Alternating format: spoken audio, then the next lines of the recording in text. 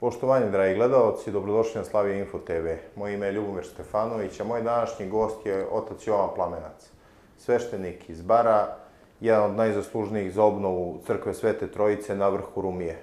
Rumija koja je opevana najviše u pesmama, ali malo ljudi zna šta se sve tamo nalazi i kako se tamo pravila crkva. Pomaže Bog, dobrodošli, drago mi je ste gost Slavija Info. Bog pomogao, Ljubav, hvala što ste me pozvali.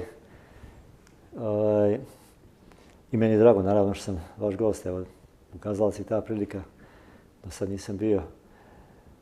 Nisam ja nešto zaslužan za obnovu crkve na Rumiji, zato što sam ja u to vrijeme bio na Cetinju. Kad je to crkva za samo 11 dana napravljena. Znate.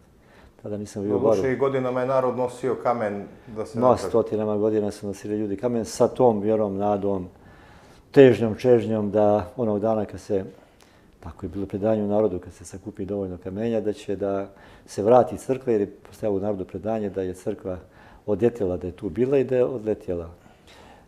Da je crkva tu bila, to dokazuje Mladen Zagačanin na jedan indirektan način. Znate, to je tumul, to je bilo svetilište još prije nego što je tamošnji narod primio hrišćanstvo, a primio ga rano. Tako da su poslije ti tumuli, ja ima ih puno u Crnoj Gori, posebno taj kraj, baš ih ima dosta. To je poslije ti su običaji hristijanizovani. Tako da su tu obično napravljene drvene crkve ili neke crkve koje nisu mogli da izdrže dugo vremena. Ali pominju ih više izvora, njih pominje i rimokatolički, i ruski, i naši izvori pominju da je tamo tu bila crkva na vrhu Rumije. Tako da stvari možemo s punim pravom govoriti o njenom obnovljenju. Kažem, to je neobična crkva, rađena od metala i rađena je za strašno kratko vrijeme. Da ne pričam sad svu priču o tome je dosta puta pričano.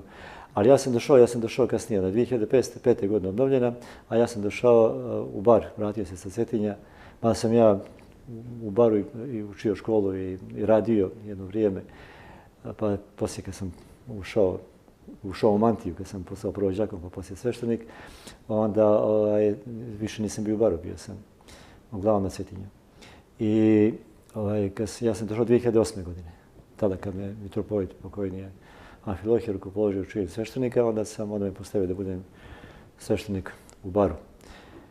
Evo tada sam ja vezan za crkvu, a mislim tada ja često bile su grupisane godine kada sam kao i sad što idem, svakog mjeseca idem na Rumiju i tamo služim liturgiju. Međutim, moje porodice veze sa Rumijom je mnogo starija. Mnogo starija, prvo se tako, Bog mi otvorio tu priču da sam nekako našao bio mošti Svetog Ivana Vladimira 1991. godine za Novu godinu. Tamo sam čekao sa Žarkom Rajkovićem, pokojnim sjajnim novinarom, mojim dobrim drugom. Čekali smo Novu godinu 1991. u Tirani i u povratku smo išli tamo i našli smo mošti. Niko kod nas nije znao da li uopšte su sačuvane. Jer kada je 59. godine Albanija postala prva ateistička zemlja na svijetu, tada su svi mislili da su mošti uništene.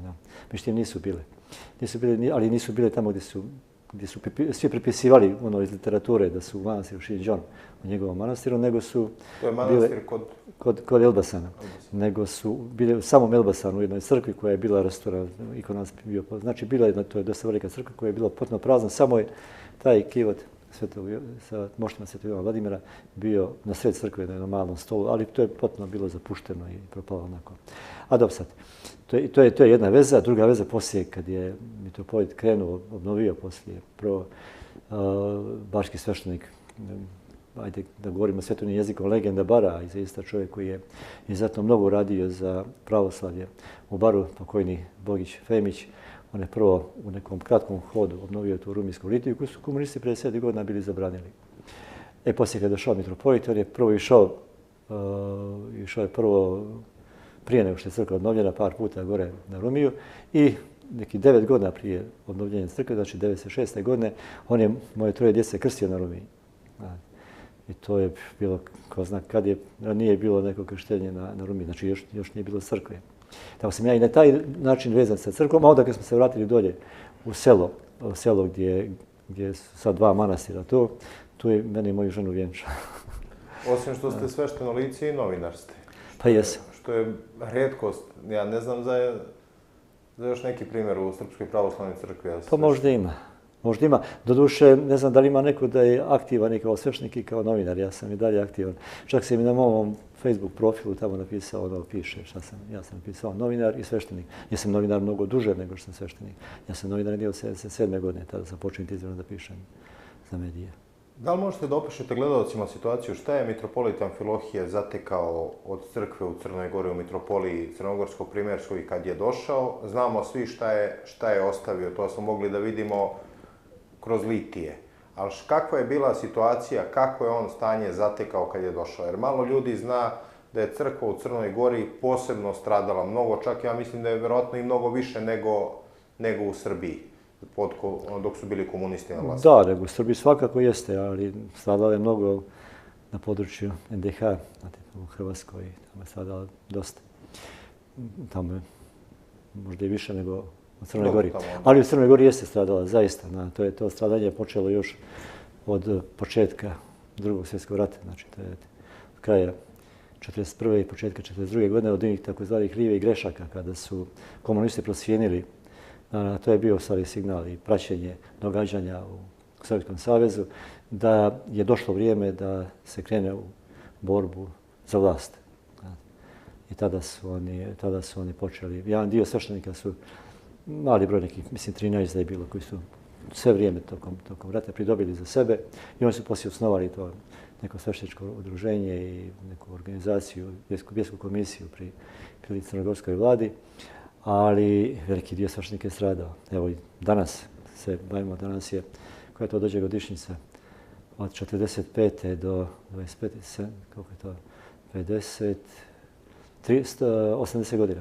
80 godina od tog velikog pogroma koji se zaista dogodio onda kada je narod vođen mitropolitom Joanikijem Lipovcem, koji je upravo koji je postao, pa tu je skončao, tu su gubili napokon, međutim on je otišao sa narodom, bio gore prema Sloveniji, jer su se oni nadali, da to je bio plan, mislili su da će da uspiju da pređu u Austriju, da se tamo predaju Englezima, engleskoj vojsci, međutim oni se i vratili. Neki nisu, najveći dio njih nije ni stigao da ode do Austrije, su ih opet naši, znači jeste ovi partizani, komunisti koji su iz Crne Gore su jurili svoje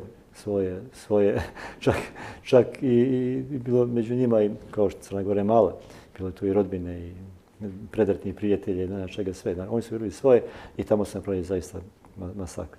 Eto, samo u Kamniškoj Bistrici je 3.500 to jami, a čitava Slovenija u nekim jamama. Tamo. I slava Bogu da slovenska vlada je to prepoznala kao jedno civilizacijsko pitanje i te jame su obilježene. Sada nedavno je išao i mitropolit Joanikije i sad i on mitropolit Metodije. Tu je bio i vladika Kirilo, svi su oni iz Crne Gore i Jovan Čulbir koji je tamo nadležan. Išli su gore i služili su, obilježili su to, bio to događaj ovako dosta. Zahvaljujući prije svega Slovencima koji su to sve i ne samo omogućili, nego i potpomogli. Međutim, to je diglo strašnu galamu, buku u Crnoj Gori. Posebno što je mitropolit služeći liturgiju na Lijevče polju, tu gdje je po nekom svjedočenju svjedočenju nakon rata, mitropolit Joanikije Lipovac služio svoju posljednju liturgiju. Tu je on služio liturgiju i tu je pomenuo Pavla Đurišića kao jednog čovjeka izuzetne hrabrosti i istinskog junaka. Onda se digla ta galama, što samo pokazuje koliko je komunizam živ u Crnoj Gori dan danas i koliko ti ljudi koji od 45. a i ranije, znate, svojim prisilama ne daju da se projavi neka istina koju nisu oni, ne samo kontrolisali, nego koju ne diktiraju. Tako da su i svikli, znate, da postoji ta istina koju su oni označili kao istinu i koju su zapisali i u istoriji, i koja je po školama i koja je po medijima i koja je bila opšte prihvaćena u to vrijeme. Zašto? Zato što on sve vrijeme tuku vezanoga.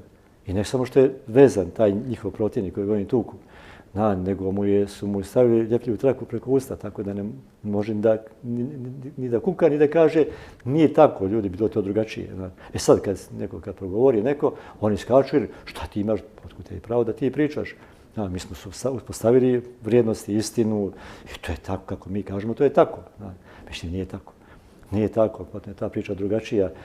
I sada se, kažem, opet se pokazalo koliko je ta priča, koliko je Tito živ u stvari, živ je Tito, umro nije, koliko je dalje živ on i njegova ideologija, koliko su živi u Crnoj Gori, ali ona je nastavljena kao neki viši nivo te priče, onim nakon takozvanog pada komunizma, kroz ovu priču koju su poslije nastavili Demokratska partija socijalista i te njene partije koje su nju pratili u to vrijeme. Znači, oni su tu agendu nastavili dalje i tu priču. Plod te njihove ideologije i Crnogorska pravoslavna crkva. Koliko je bilo sveštenika kada je mitropolit Amfilohije došao na čelo? Ja sad ne znam, nešto malo je bilo. Mislim, možda 30-ak da je bilo, ili možda i manje. Ja sad ne znam tačno brojke. Malo je bilo sveštenika u Crnoj Gori i malo je bilo funkcionalnih crkava koji su bili u funkciji, manastira posebno. Znate. To je zaista bila jedna pustoš. I slava Bogu da je mitropolit Danilo i prije njega su se zaista žestoko borio se Arsenije Bradvarević koji je i zatvoren bio i koji je znači bio tamničan i poslije nedugo poslije toga je i umro. Znači, ljudi se zaista se borili, baš se borili. A i ovo je izgleda kao neko čudo da je vladika Danilo, koji je od jednog administratora, maltene pisara u Patrijaršiji, prvo on bio dolje sveštenik u Skoplju, od administratora u Patrijaršiji, da je proizveden u čin vladike, znači, odnosno postoji mitropolit Crnogorsko-Primorski. Naravno, to nije moglo bez blagoslova Nate Vičijeg. Meni je Krsto Leković, koji je bio u UDBI saveznoj zaduženi, koji je vodio na raskol u Americi, pa i ovaj sa Makedoncima. Znate. On mi je pričao, mi smo neki rođaci, dođemo, njegova majka je, da li majka, da li baba, sad sam zaboravio, od Plamenaca. On mi je pričao kako je to rađeno. Pričao mi je koje ljude dovodio on dolje u Crnu Goru. Znači, UDBA je postavljala... Kako nije? Pa oni su postavili mitropolita Danila dolje. Oni su, nije na Saboru bio izabran German za patrijarha, nego bio Josif Skopski, znate dolje. Međutim, oni su došli tamo, sam rekao, ovo je vaš patrijarh. Međutim, Duh Sveti diše tamo gdje on hoće. Znate. I patrijarh German se pokazao kao sjajan patrijarh koji je uspio da održi crkvu u tim burnim vremenima. Znate, patrijarh German, evo, pod takvim pritiscima je bio. Nikad nije htio da uđe u priču priznanja Makedonske crkve. Znate. A možete zamisliti koji je bio na njega pritisak u to vrijeme. Znate. Oni su čak i Titovu sliku u to vrijeme držali. Pa imali su kalendare sa petokrakom, znate. Ali nije dao Makedonsku crkvu. Nisu dali, ne, pa vladika Danilo, znate šta je taj, znači, koliko god se oni dobili, znači, nikad nije htio pristajan da se pravi Crnogorska crkva, znate, i nikad nije htio pristajan da se ruši crkvena općina. I kad su, znači, protiv njega su jedne demonstracije u Crnoj Gori poratne bile, to su bili đaci, neki radnici su tu bili, policajci, su bili tim demonstracijama, to su neki skaradni transparenti ispred Cetinskog manastira, čudna popa da ga Bog ubije, ne znam šta je tu sve bilo na tim transparentima. Demonstracije su protiv njega bile. I onda kada više zaista nije mogao kud, kada nije mogao da odbrani crkvu na Lovćenu, on je otišao u Švajcarsku. Nije bio tu kada se urušio, to je bio avgust 1972. godine, on nije bio tu kada je crkva na Lovćenu rušena. Znači nije pristao ni na jedno ni na drugo, što je bilo njihov itekako važan interes. I stvaranje Crnogorske crkve, čak ovog Miraša Dedejića koji je sad tamo, znate, koji se sad na neki način pokazuje i bolje nego ovaj Boris koji su nametnuli tamo u toj njihovom raskolu, znate, to je jedan smiješni raskol u Crnogorskoj crkvi. Pa potukli su se bili banjacima. Da, vidio. Se potukli. Ne, pisao sam jedan tekst, ne braćo, ako Boga znate, nisu banjaci toljage. I onda, znači, nije prisutan te stvari, a on je znao Miraša dobro. Oni su htjeli da mu nametnu, zvali su ga, dolazili su ti sekretar koji je bio za to u Vjerskoj komisiji, dolazio kod njega zajedno sa nekim od tim funkcionera, sam zaboravio imena, ko je bio. Bili su kod njega, išli su kod njega, gori ubeđivali ga da prihvati Miraša Dedejića, da ga on položi i da on bude njegov nasljednik poslije toga. Međutim, on nije htio da čuje za to, nije imao formalne uslove, to mu je bio kao neki izgovor, nije imao formalne uslove, ali u tom dopisu koji sam ja gledao, gdje on njima poslije odgovorio, napisao, rekao je bio, kaže, pa i sve da ima formalne uslove, kaže, ja ga ne bi rukopoložio, jer ga znam. Toga su poslije doveli i on je dovela ga UDBA i postavili su ga da on tu kao pravi tu Crnogorsku crkvu jednu znate već i sami kakve institucije. Uglavnom... Znači, ti ljudi su zaista učinili strašno mnogo, izuzetno mnogo za crkvu. Ali i pored svega toga, znate, to je bilo na veliko stradanje i nije on mogao da uzgaja život crkve. Mitropoliti tako Amfilohiju dogodilo da su tada krenulo te društvene promjene koje su svoje AB revolucija i počela se diše drugačije, znate. Sve to bilo preslačenje komunista u globalista, znate. Ali se tu otvorio prostor. Da li je bilo i još nečega da su čak i radnici tadašnje službe državne bezbednosti prešli u vernike, i to iskrene vernike, donatore crkve, da li je toga bilo? Pa, za koga mislite? Za srpsku crkvu ili... Za srpsku. Da li je bilo i toga da su čak i radnici državne bezbednosti postali najveći donatori Srpske pravoslavne crkve? Pa ja sad ne znam za donatorstvo, znate, ali da dolazite, ima ljudi koji dolaze u crkvu. Sada priča o tome ko je vjernik, ko nije vjernik, ja imam potpuno drugi odnos prema tome, znate. Nije vjernik samo onaj koji dolazi u crkvu i koji da prilog za crkvu. Vjernik je nešto drugo, znate. Vjernik ne znači to znači praktikovanje vjere, to znači živjeti nekim crkvenim životom. Iz one situacije kakva je bila do 90. pa na ovamo... Ali vjera je drugo nešto potpuno. Vjera nema veze sa ovim. To je crkveni život. To je praktikovanje, da kažem, vjere, znate, crkveni život. A vjera je jedno potpuno povjerenje u Boga i jedan život zaista u skladu sa evanđeljem, koji danas teško možemo da vidimo. Znate, ako ga vidimo, ne prepoznamo ga, znate, kao takvoga. Znači, to je mitropolit naslijedio tamo tako mali broj ljudi i on je zaista grunuo. Prvo odmah što je uradio, on je obnovio cetinsko bogoslovije. Mislim, to se zaista pokazalo kao vizionarski poduhvat. Ja se sjećam tada sam već sam bio prisutan u crkvi, iako još nisam bio, ja sam 2000. godine rukopoložen čin đakona. Kad me on šepao, bukvalno, jer ja nisam sanjao, ja nemam dana teološkog obrazovanja, ja nisam nikad mislio da nisam išao u crkvu. Znate, nisam imao pojma da ću ja nekad imati ikakve veze formalne sa crkvom. U 45. godini praktično. 45 godina sam imao kada me je on rukopoložen čin đakona. I to me šepao, prvo me čekao 2 godine, rekao mi bio da čekao me 2 godine, kako ja sam to izbjegavao sve, onda mi nije dao više nije mogućnosti da biram. A ja sam se poslije uplašio bio. Ako budem i dalje odbijao, već je počeo neki strah da radi u meni, tako da sam pristao na to, znate. Ali kažem, onda je on obnovio Cetinsku bogosloviju i poslije krenula obnova crkava, manastira. Interesantno ovo, to je za mene lično interesantno što je prije čak obnove Cetinske bogoslovije, on izdao reprint izdanje one čitanke o svetom kralju Jovanu Vladimiru, koji je 925. godine vladika Nikolaj, tada je bio ohridski, štampao i reprint izdanje. I u tom reprint izdanju on je napisao je predgovor. I u tom predgovoru on pominje ovo sa moštima i kaže, kad smo svi mislili da su uništene mošti, kada onda stiže radosna vijest, Jovan Plamenac novinar je objavio u Pobjedi, tada sam objavio to u Pobjedi, tu priču o moštima, da on citira svu tu priču, taj opis moštiju, kako sam ja to bio napisao tamo. Znači, to je odmah radio. Znači, Jovan Vladimir, koji čak da ste bio i zaboravljen, znate, nisu već ima neki taj odnos prema njemu, tako, nikome nije krsna slava, znate, to. Ali on je znao koja je vrijednost i koja je veličina u samom Svetom Vladimiru i zato je on tu priču odmah afirmisao, vratio tu priču u Svetom Vladimiru. Dalje krenula ta silna obnova i Jovan Markuš, jedna krtica, jedan nevjerojatan čovjek, nevjerojatne energije, čak i sad kao bolestan čovjek nevjerojatne energije je sabrao, to sakupio negdje oko 600 crkava i crkvenih objekata je mitropolit što sagradio, mislim u njegovo vrijeme, nije on to svojim rukama radio, je sagrađeno u Crnoj Gori. Znate, sad ne znam kako je to sve računao, jer mitropolit je kada je došao, on je bio, skoro cijela Crna Gora je potpadala pod mitropoliju. Ima jedan dio dolje kod Herceg-Novog, tamo Sutorina, to pripada Zakovsko-Hercegovačkoj eparhiji, a i gore Pljevlja i jedan dio još gore pripada Mileševskoj eparhiji. Tako da je u početku je to sve bilo, poslije da li je računao u obnovu i ostalo u čitavoj Crnoj Gori ili samo recimo do podjele na 2 eparhije koju je mitropolit napravio. On se nadao da će i drugi da pođu njegovim primjerom i da glomazne eparhije da razdijele radi funkcionalnosti kao što on uradio, međutim nisu nešto baš pošli njegovim primjerom.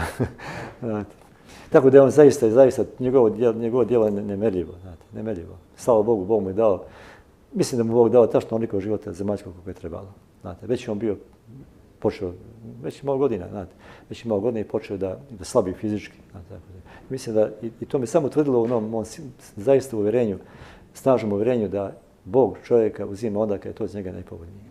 Tako i sa njim bilo.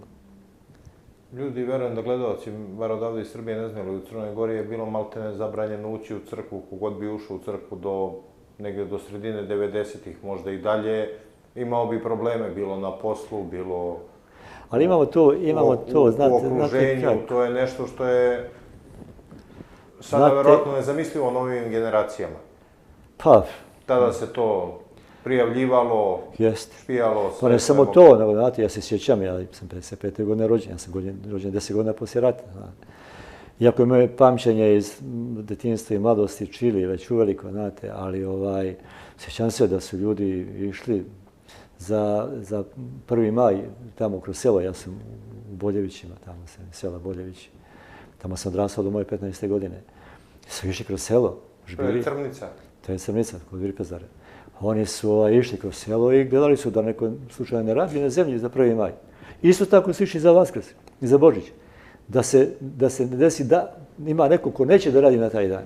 I to su se prijavljivali, znate, to su prijavljivali. Pa to je. I te ljude i danas imamo.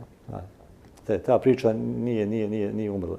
Znate, sad nije taj nivo te priče, da malo drugačije funkcioniše, ali je u Crnoj Gori valjda najbolji špijuni uspijevaju. To se vidi i dan danas. Ali tako da bio je pritisak zaista. Ljudi koji su imali ambicije da nešto uspiju u posebnim državnim službama, imali su veliko opterećenje ako bi to nešto radili. Bilo je dršni ljudi koji su držali svoje, slavili su slavu. Nije to bilo neko upražnjavanje vjere, znate to. Ali su držali svoje. Držali su svoje i njih nisu nešto ni dirali, znate to. Ali najveći dio ljudi je, kao što imamo mi u novinarstvu, tu samocenzuru. Tako je bilo i ovdje, znate. Reće mi nešto, vidjet će me, prijavit će me, pa neću moći dijete zaposliti, pa neću ovo. Toga je bilo još i više nego ovoga, znate. A to su naše slabosti. Više samocenzure nego cenzure? Pa, mislim da je bilo više samocenzure, ali bilo i ovoga, znate. Bilo je ovoga. Evo recimo otac Grigorije, kod kojeg smo mi, kad smo poslije ovo, kad smo krstili djecu i kad mene i moju ženu mitropolit vjenčao, mi smo počeli da idemo poslije polako u crkvu. Od 93. godine smo stvari mi počeli da idemo pomalo u crkvu. Kad je došao otac Grigorije na Starčevu Goricu, to je prvi monah koji je mitropolit zamonašio još dok je bio u Vršcu. To je njegov prvi monah. Idemo ime Grigorije po svetom Grigoriji Palami, koji je bio doktorska disertacija mitropolitu. On je počeo da dolazi u moju kuću i malo mi smo počeli tako da, već sam bio star čovjek, dobro, ne baš star, ali iz moje sadašnje pozicije kad gledam nisam bio star, a tada sam se doživljavao dosta starijim. Tada sam počeo da razmišljam da postoji nešto važnije nego što je nacionalno određenje. Tada sam mislio biti Srbin, to je nešto najvažnije. I tako su moji tekstovi time odisali. Mišljenje poslije ima nešto što je mnogo važnije nego biti Srbin, a to je zaista biti pravoslavac, ali biti pravoslavac stvarno. Ne ono na riječima, nego biti pravoslavac u životu. To sam ja prvo od oca Grigorija naučio. Mi smo počeli idemo u crkvu i išli smo u crkvu u Bršelima. Tu su 2 manastira, jedan je gornji i donji manastir. Gornji je bio ženski, bile su tamo monahinje sa Matijom Konidom i njene sestre, pokojnom, koje je moje godište. I otac Grigorije koji je bio 31. godište, čini mi se. Mislim da je bio 31. godište. Koji je imao rane mladosti rak. Znate, koji nikad nikome nije prijavio, ali se vidjela ta deformacija na njegovom licu. Koji je nevjerojatan čovjek, koji je došao, on je služio, nekih malo više godina služio sa ocem Tadejem u Vitovnici, u manastiru tamo. Kao dijete pošao, on je imao samo 4 razreda osnovne škole. I kao dijete pošao iz sela je Kobilja, zove se Kobilje selo u Homolju. On je pošao kod njega tamo i onda su brzo, tek je malo sasa odrastao, rukopoložen je i njih dvojica su služili sve službe, znači po 10-12 sati su njih dvojica služili dnevno. I on je njemu došlo, pričao mi je to, ja sam to napisao više puta kad sam upokojio, došlo mu bilo da ide negdje gdje je najteži. Pošao je kod svog duhovnika, to je tada bio vladika u Požarevcu i pošao je kod njega i rekao mu da bi on išao negdje gdje je najteže. Mu rekao da ako hoćeš gdje je najteže, idu u Crnu Goru. I došao u Crnu Goru, prvo je došao u Berane, poslije u Drebaonik, pa poslije u Ostrog, pa onda je onaj raskol krenuo u Americi, pa oni čuli i onda on i otac Nikodim pokojni da komunisti da su tamo neki imaju srpsku crkvu koja nije komunistička, pod njenom kontrolom. Znači.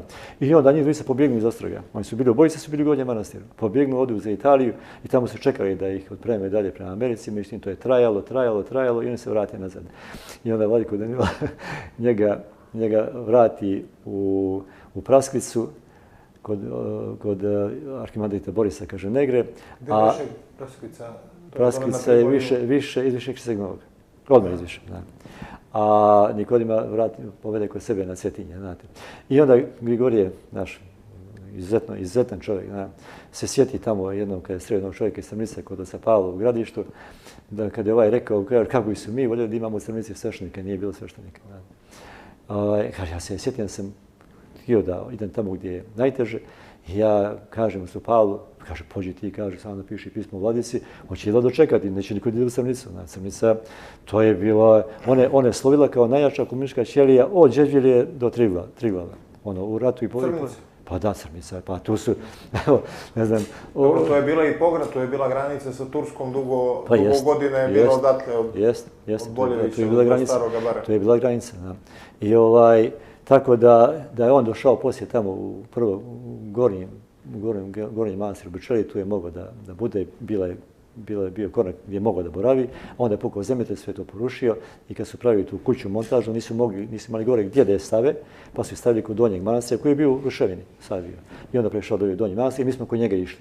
Išli smo kod njega i on je tamo bogoslužio. Prije što mi pošli idemo tamo kod njega. Njemu bukvalno godinama je služio da mu nije ko imao da mu kaže amin. Onda se pojavio jedan Rade Voličević. Opet to je jedna priča, evo sad to sve digresiju, znate. Čovjek koji je bio sekretar komunističke ćelije, bio pružni radnik u toj svojoj jedinici u željeznici Crne Gore, bio je sekretar komunistički i njemu došlo da obnavlja crkvu. I on je počeo u Virpazaru da obnavlja crkvu i negdje pošao u Ostrog, tamo čuo mitropolita koji je rekao bio ko je spreman, nek se pričesti. Kaže, ja kažem, pa ako je spreman, ako nisam ja spreman, ja radim crkvu tamo u Virpazaru, obnavljam crkvu u Virpazaru, ko je ako nisam ja spreman. Ali kaže, počne nešto mi se vrti poslije u glavi, ja odem pješke, nije on tada uvijek išao pješke kod njega, to je neki 6 km gore. Pođem kod oca Grigorija da ga pitam šta to znači biti spreman. Pa meni kaže, kao prvo može biti kršten, a ja nisam kršten. I on ga krstio fino i on je počeo da dolazi samo sve što je znao da mu kaže samo amin, sve ono ostalo je otac Grigorije sam radio. Ništa nije znao drugo. Znači nikoga nije bilo tamo sam je bio. A napravio opet drugo čudo. Znate, bio tako bio dobar i pogodičan sa ljudima, znate, tako nekako, da u toj najvišoj komunističkoj ćeliji u Crnici koja ima 22 sela, on je uspio da ga, po mojoj procjeni, ja poslije njemu godinama pomagao kao đakon. Ja sam bio sam na moj zahtjev, na moje traženje, mitropolit mi je na vrijeme stavio da budem đakon pri manastiru Svetog Nikole. On već u Staroj kad nije imao kola, niti je znao da vozi, nego išao pješke po 22 sela. Znate, on je znao po 20 km da ode dnevno i pa da se vrati uveče. Tako ide u Prekade da radi i da vrši obrade. Kako su se obilazili manastiri na Skadarskom jezeru? Tamo je, ja sam bio u manastiru Moračnik na Skadarskom jezeru, to je otac Nikolaj Bašanović. Nikolaj, jeste. Tamo, ali kako su uopšte mogli da se obiđu ti manastiri? To ljudi ne znaju, to je od Virpazara dalje ka granici sa Albanijom. Kako misli da mogu se, kako sad, kako su obilazili? Ne, nego tada, u to vreme. U to vrijeme ništa, sve su bile ruševine. Sve ruševine? Sve su ruševine. Ja se sjećam da sam pisao, prvo sam pravio reportažu, sam radio jedno 4-5 godina, 6 koliko je bilo, u Radio Baru. Kad sam se vratio iz Berode, samo 8 godina sam bio u Berodi. Kad sam se vratio dolje, onda sam počeo da radim u Radio Baru tamo. I bio sam neki tako 4-5 godina, 6, ne znam koliko. I pravili smo, moj kum, Boro Stanković i ja, on je to nas bio, i ja pravili smo neke fine reportaže. Tako smo našli Ljubicu Ažović, koji je poslije Kusturica uzeo za njegov film. I tamo smo pravili reportažu o tim ostrvima. Išmo po njima, to sve je bila ruševina. Na Beški tamo, to je u stvari Brezovica, njeno izvorno ime. Tamo smo našli kozu na grobu Božidara Vukovića. U crkvi taj prpoš je izmet, kozi izmet. Znači, to je bukvalno ovako bilo u crkvi. To su izdavali na godinu dana je džamija u Donjim Morićima i to izdavala je ljudima da drže na ostrvima stoku. Njima to odgovaralo da drže stoku tamo zato što nema gdje da pobjegnu. Tu i povedu i tamo oni budu. Nije daleko od Murića, pođu tamo po muzu, uvijek neka treba na muzu i ostavi ih tamo. A spavali su, boravili su ono kad je vrućina i kad je kiša na vrijeme u crkvi. Znate, tako se tu naskupilo mnogo izmeta. Znate. Eto, to je tako stanje bilo tih manastira. Prvi je došao tamo otac Grigorije u decembru 1993. godine. Prvi je došao, tada je već bio obnovljen, ono poslije zemljotresa u toj akciji je bio obnovljen manastir Starčeva Gorica. Vjerojatno prije svega zbog Božidara Vukovića je tamo njegov. A vladika Ćulibrk? On je kasnije došao na Varošnji, to je kasnije bilo. I Grigorije je došao tamo i sjećam se otac Matej sam htio za mene u Virpazar, da se ponijeli smo mu drva. Poslije 2 dana, 3 pošto je došao. U decembru tamo, kiše neko nevrijeme bilo, to odnesemo ta drva. I znate ono u kafanama kako imaju na 2 stakla pa curina voda između. Tako i njemu curilo s unutrašnje strane zida. Oni kad su to obnavljali, su to obnavljali kao maketu. Nisu mislili da će ikad niko da živi.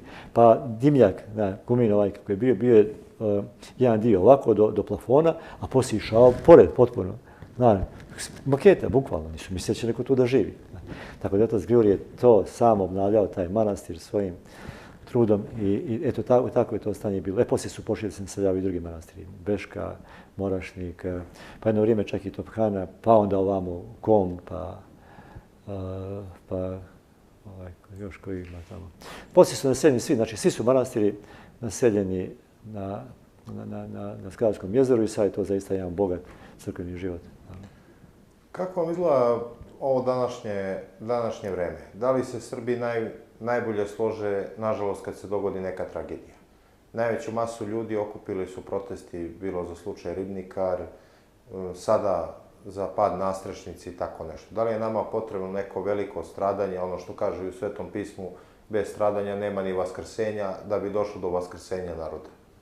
Pa to su, da kažem, neki događaji, naravno, za ljude koji su postradali, čiji su ljudi postradali tamo, to su velike događaje, znate. Ali kad pogledamo odnosno na ratove, to su, nisu tako brojne stradanja kao što su ratovi. Evo smo svjedoci stradanja srpskog naroda u Bosni i Hercegovini, sad u ovom zadnjem ratu što je bio. Znate, prije rata kako je to bilo tamo. To je bila duhovna pustoš, potpuna pustoš. Mešćin rat je te ljude, znate, tako skupio, sabrao i počeli su zaista tada da vrate se crkvi, da idu u crkvu. Imali su jednu vrstu kompaktnosti, su imali vezano za crkvu poslije tog rata. A inače tako, znači te nevolje, velike nevolje, i po prirodi stvari valja, da ljude, valja se svako osjeti da može on biti, da on može jednog dana biti žrtva, znate, i nekako do toga nekako dovodi neku potrebu zajedništva sa drugim ljudima, znate. Mislim da je to u psihi čovjeka, kad se desi neka tragedija, da se oko toga sabiraju. Pa znamo recimo kad se u Crnoj Gori, gdje su ljudi tekako bili, znali da budu neprijateljstvima, znate, kad se desi neka tragedija, velika nekoj kući, oni dođu, pomogu, svi priskoče da pomogu. To je bilo tako. Valjda je to tako, znate. Mislim, nažalost, svih nas, što to jedinstvo koje se tako ispaljava, ali se poslije opet pokvari, znate, nije ono nešto, nije čvrsto, nema jake temelje, znate. Što nije to jedinstvo stameno i što nije sve vrijeme, znate. A to nikad nije ni bilo. Znate. Mislim, ne samo u srpskom narodu, nego i u drugim narodima. Postoje razni interesi koji tu priču, počev od interesa samih tih ljudi i spoljnih interesa, znate, koji tu priču stalno razvijaju. Znate. To je tako. To je tako i u crkvi, to je tako i u državi. Da li nas danas stiže donekli Lazareva kletva? Jedan deo Lazareve kletve govori o tome ne ima od srca poroda, a nama se događa da nam u miru deca stradaju i to masovno. Ovdje ne mislim samo na ova stradanja, na ove nesreće, nego mislim i na abortuse i na sve ostalo. Da li nas to stiže od trenutka od kad smo mirno prihvatili? Ja nisam sklon da prihvatim, nekog mi nije baš pri pameti, da kletva može da utiče tako na nekog čovjeka. Ali na drugi način se to događa. Lazareva kletva je u stvari, mi sad doživljamo Lazarevu kletvu na sebi, a u stvari šta se desilo? U stvari mi smo Lazarev zavjet ignorisali. Znači mi smo se njega odrekli. I posljedice, ove posljedice o kojima sad govorimo, ne mislim da su posljedice kletve, nego posljedice odricanja od Lazarevog zavjeta. Znači ne samo što je pitanje Kosova i Metohije. Znate, ne samo to što mi gubimo, što je lopta na gol liniji, znači, koju danas nema ko da je vrati sa gol linije. Znači, samo pitanje koji će da pikne i da uđe u gol, odnosno da bude završeno i formalno priznanje Kosova i Metohije. Znači, ne gubimo mi Kosovo i Metohiju za to, ne gubimo zavjet Lazarev time što gubimo Kosovo i Metohiju, nego obrnuto. Mi smo prvo izgubili Lazarev zavjet, pa onda gubimo Kosovo i Metohiju. Da se mi držali Lazarev zavjeta, nikada ne bi se desilo sa Kosovom i Metohijom. Nikada ne bi imali vlast koju danas imamo ovakvu. Znate. Nikad to ne bi bilo, znate, zato što bismo se držali Lazarovog zavjeta. Ja sam prošle godine, znate kako sam počeo besedu, ja služim tamo na Velikom Pijesku, to su ostaci crkve 4. vijeka, s početka 4. vijeka. Najstarija crkva. Pa tu sada jeste, da mi znamo. To je mjesto dobre vode, plaža. Da, to je atar dobre vode, ali je Veliki Pijesak i tu je maltene na obali mora i su ostaci te crkve. I tu sam ja od 2008. godine, sam 2 godine pauze kada je počela gradnja, sam ja bio jedno vrijeme na hramu u Baru. Poslije sam vratio, tražio sam da se vratim u mitropolitu. Znači, da sam tu dugo godina u toj priči. I počeo sam prošle godine besedu na Vidovdan. Na Vidovdan ovako. I na vaš rođendan. I moj rođendan. Počeo sam besedu, znači liturgijski, poslije evanđelja. I danas će, to sam poslije pisao i objavio kao tekst. I danas će Samona Srpske pravoslavne crkve, znači crkava u Srpskoj pravoslavnoj crkvi, bilo gdje da su, da pršti licemerje. Tako sam počeo besedu. A zašto? Zato što mi, i kao što je recimo kad praznujemo Svetog Jovana Krstitelja, kad govorimo o njegovoj žrtvi, o njegovoj žrtvi za istinu, istine radi, koji čovjek je mogao da ima svaki ugođaj, znate, samo je treba da prihvati to što je, da ugodi Irodu. Samo da mu ugodi, ništa, znači on ga i poštovao, i cijenio, i rado ga slušao, i sve na to svjedoči Svete evanđelje. Međutim, on je njemu rekao, čovječe, ti ne možeš imati ženu, da uzmeš ženu svome bratu, znate, što je uradio bio. I to je platio kako? Platio je glavom na tanjiru bludnice, znate, uz najveću sramotu, poslije mu zatrpali glavu na bunjištu. Znači, to je, i mi to sad slavimo. Slavimo kao njegovu žrtvu koja je nama primjer, vodilja, svjetilo, koja nas vodi kroz život crkve. Tako stavimo Lazarevu, njegov zavjet, njegovo opredjeljenje za carstvo nebesko. I o tome pričamo punim ustima, samo pričamo o tome. A od toga nema ni trunke u našim životima. Nema trunke, nema toga u životima nas sveštenika. Znate. Mi koji to proiznosimo, koji pričamo to, znate, mi potpuno drugačije živimo. To se odnosi na neke druge ljude. Znate. Mi stavimo svece, mi njih stavimo našim riječima, znate, a ih ne oponašamo. Znate. Pa zašto su ti ljudi sveti? Zato što su oni svoje prethodnike, što su i Lazara, što su i prije svega Jovana Krstitelja, što su oni ponašali, što su se trudili da vode takav život. Zato su sveti. Znači svaki od nas je prizvan da bude svet. Svaki, nema toga ko nije prizvan da bude svet. Znate. Samo što mi imamo neke druge interese, neke druge potrebe. Znate. Počev od same vrhuške episkopske u crkvi, pa do ljudi u narodu, te krštenih koji tek sad počinju da bivaju članovi, ajde kažem tako, članovi crkve, da budu laosa, budu vjerni narod, da budu carsko sveštenstvo. Tako počeo, znači, u cijelom tom rasponu, to je tako. Znači, nismo spremni na žrtvu, nismo spremni na trud. Zašto? Zato što mi ugađamo sebi, svojim potrebama, svojoj paloj prirodi ugađamo. Ugađamo našim materijalnim potrebama, zato smo jagma, ne mogu da dođem na liturgiju. Zašto? Moram da, evo sad, to je kod mene aktualno tamo na Velikom Pijesku, moram čekam goste, dolaze mi gosti. Ili moram da spremim doručak za goste. Ne mogu doći, izvini, na liturgiju ne mogu sad doći. Doću kad to prođe. Umjesto se malo organizujemo, pa ostane 2 sata ranije, pa spremi to, pa dođe na liturgiju, pa se vrati. Ali mi smo spremni da se potrudimo malo. Govorim o odlaskom na liturgiju kao o nečemu što je najosnovnije u našoj priči. A da ne govorim dalje o tome da iz sebe izbacimo tu našu potrebu da jagmimo za novca još. Znači, tu nikad kraja nema. Ja čovjek koji ima 2 evra ili 5 evra, ne znam, dnevno, koji jedva se stavlja kraj sa krajem kojim treba novac, isto tako, još i više treba onom koji ima milijone evra. Nemate, znači, ta priča nema kraja. Znate, koliko god imamo novca, treba će nam još. I ta naša jagma, ta potreba za materijalnim, to je ono što nas istinski odvaja od Boga. Ali ne samo to, nego naša sujeta, naša potreba da budemo da se veljamo, kako mi to kažemo u Crnoj Gori, da budemo iznad drugih, da budemo nešto važnije nego drugi što se to pokazujemo koje svoje angažmane društvene, kroz borbu da budemo negdje u političkom angažmanu, kroz borbu da budemo na bilo koji način u društvu na nekoj poziciji većoj. To je zadovoljenje naše sujete, znate. I od oplotnih potreba. To je naše razuzdanosti. Seksualne i svi drugih. Da ne govorim sada o drogi, kocki i ne znam koji sve porivima naših. Sve je to ono što nas odvaja intenzivno od Boga. A možda mi kažemo, dobro, sad ću tako da živim, pa ću onda da se ispovijedim i da se pokajem. Pa nemoj da lažeš Boga, čovječe. Pa nepošteno je. To varakanje sa Bogom nikad ne da ploda. Ne možemo sa Bogom se varakamo tako. Možemo da se ispovijedimo i da se pokajemo, ali kako? Ne ono kad me pita sveštenik, i mene pita, kad se ja ispovijedam, kaže, daj se kaješ, ja kažem, kajem se i onda je sve u redu, idi pa se pričesti. Pa ne kaješ se, čovječe, ja mu si rekao da se kaješ. Kajati se znači potpuno promijeniti svoj život. Potpuno promijeniti znači pokajanje znači preumljenje. To je metanoja. Promijeniti svoj život. A kako promijeniti život? Da budemo ono što smo radili, da ne valja, to što smo ispovijedili, što smo prepoznali kao nešto što ne valja, da to više ne radimo. Da se trudimo to da ne radimo. Da se borimo to da ne radimo. Nećemo mi uvijek da uspijemo, pašćemo opet. Ali se borimo, Bog ne gleda toliko naš uspjeh, nego naš trud gleda. Mi smo svojim trudom uz Boga, ne našim uspjesima. Kad se trudimo, i to Bog vidi taj naš trud. Tim trudom se mi u stvari kajemo.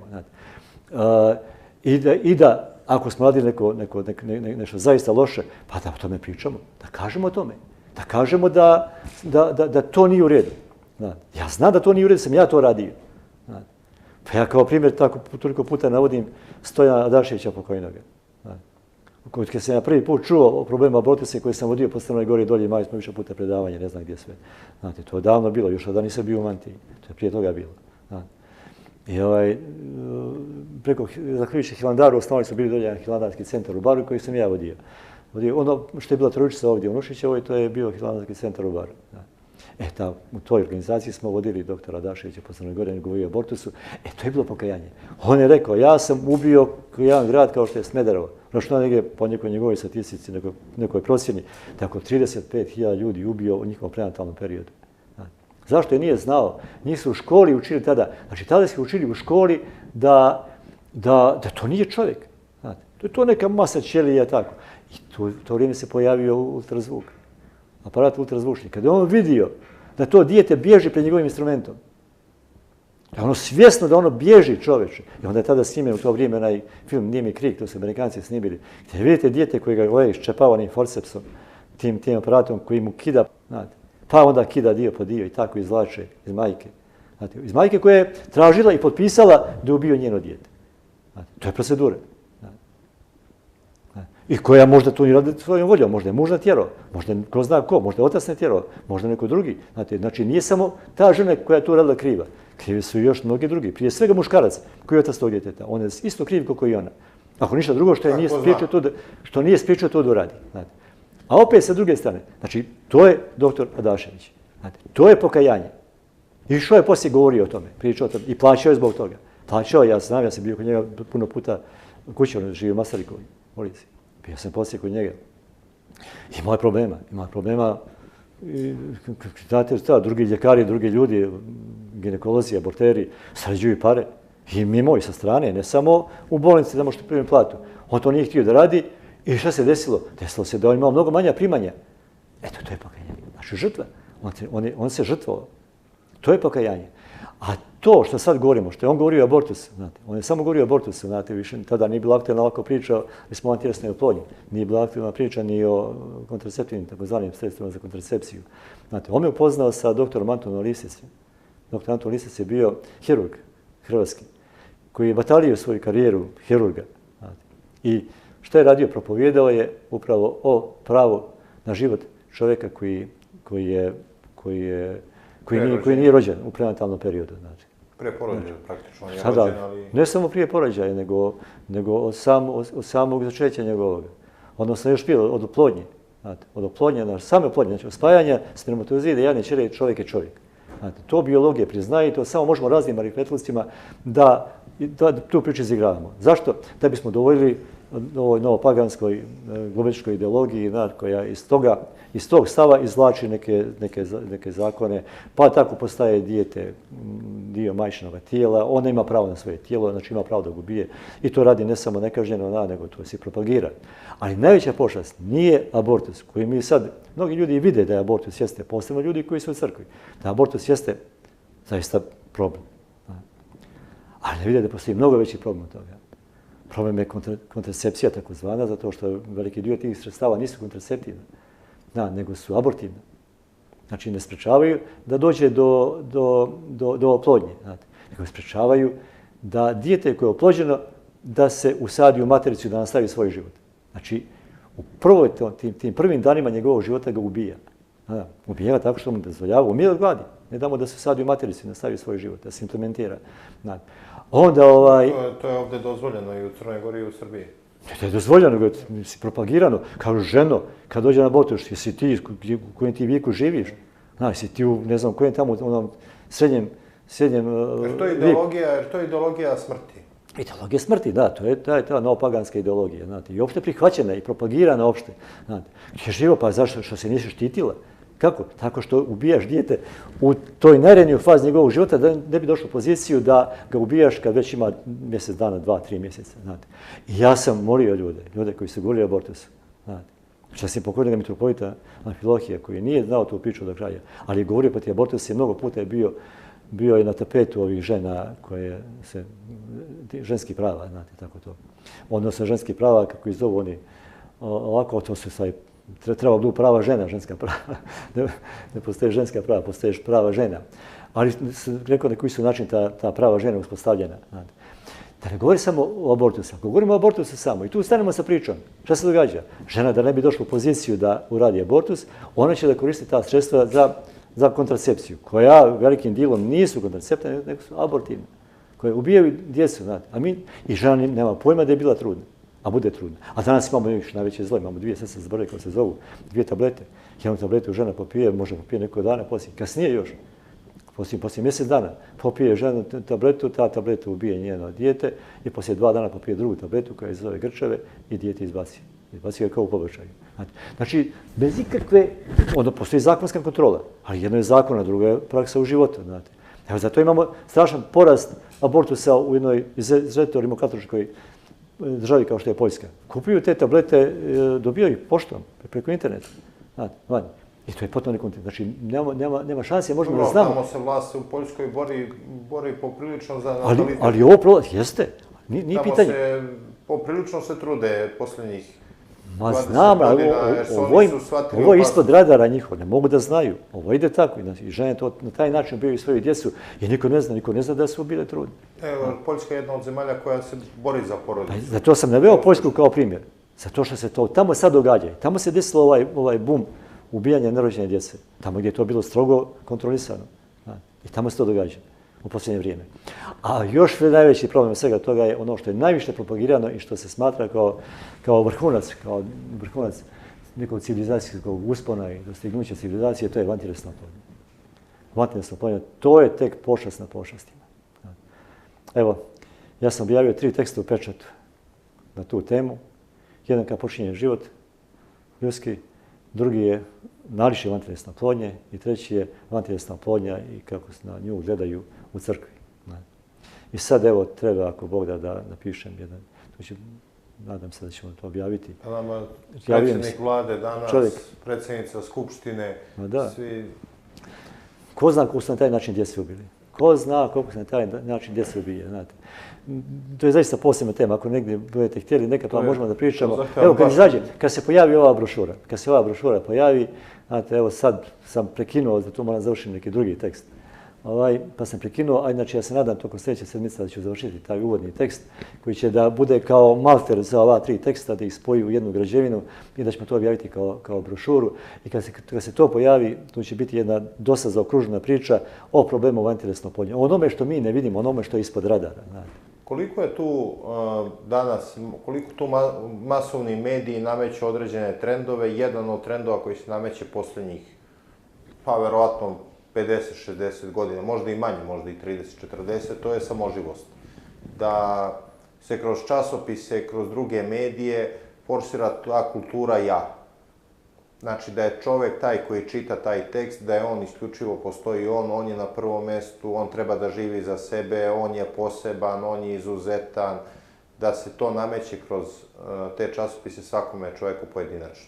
Pa Da li je ta samoživost koja se promoviše, mi smo nekad imali tu kolektivnu svijest, nebitno da li ona bila pogrešna, objasnili ste koliko je bila pogrešna ta komunistička svijest, pre toga je isto bila neka kolektivna svijest, a onda je krenulo se promoviše individualna svijest i samoživost kao način života. Da čovjek danas živi za sebe bez da razmišlja o porodu, bez da razmišlja o bilo čemu drugom osim o svom životu.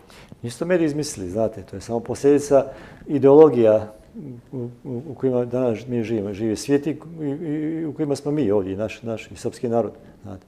To je posljedica toga, mediji samo prate tu priču, oni su instrument tih ideologija. Znate, oni tu priču propagiraju.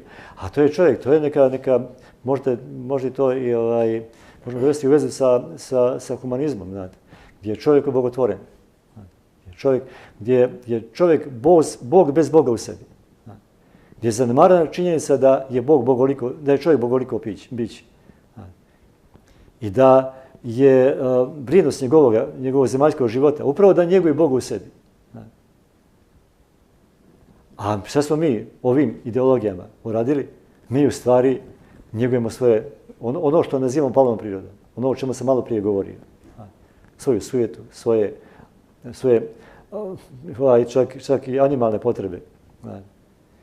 Mi to njegujemo. Njegujemo svoj grabež, svoje ja pa ja. Znate, to je taj sebičluk koji ima strašne posljedice. Mi ih vidimo svuda oko sebe, nažalost najveći broj ljudi ih ne prepoznaje, ne vidi kao takve, zato što smo to sve prihvatili kao zdravo za gotovo. Znate, to nam je način života i to je nešto što je normalno. Nešto što je potpuno nenormalno, mi doživljavamo danas u ogromnoj većini. Ogromni broj ljudi to doživljava kao normalno. Čak veliki dio toga je i u samoj crkvi je doživljen kao normalno. Doživljava se kao normalno, a nije normalno.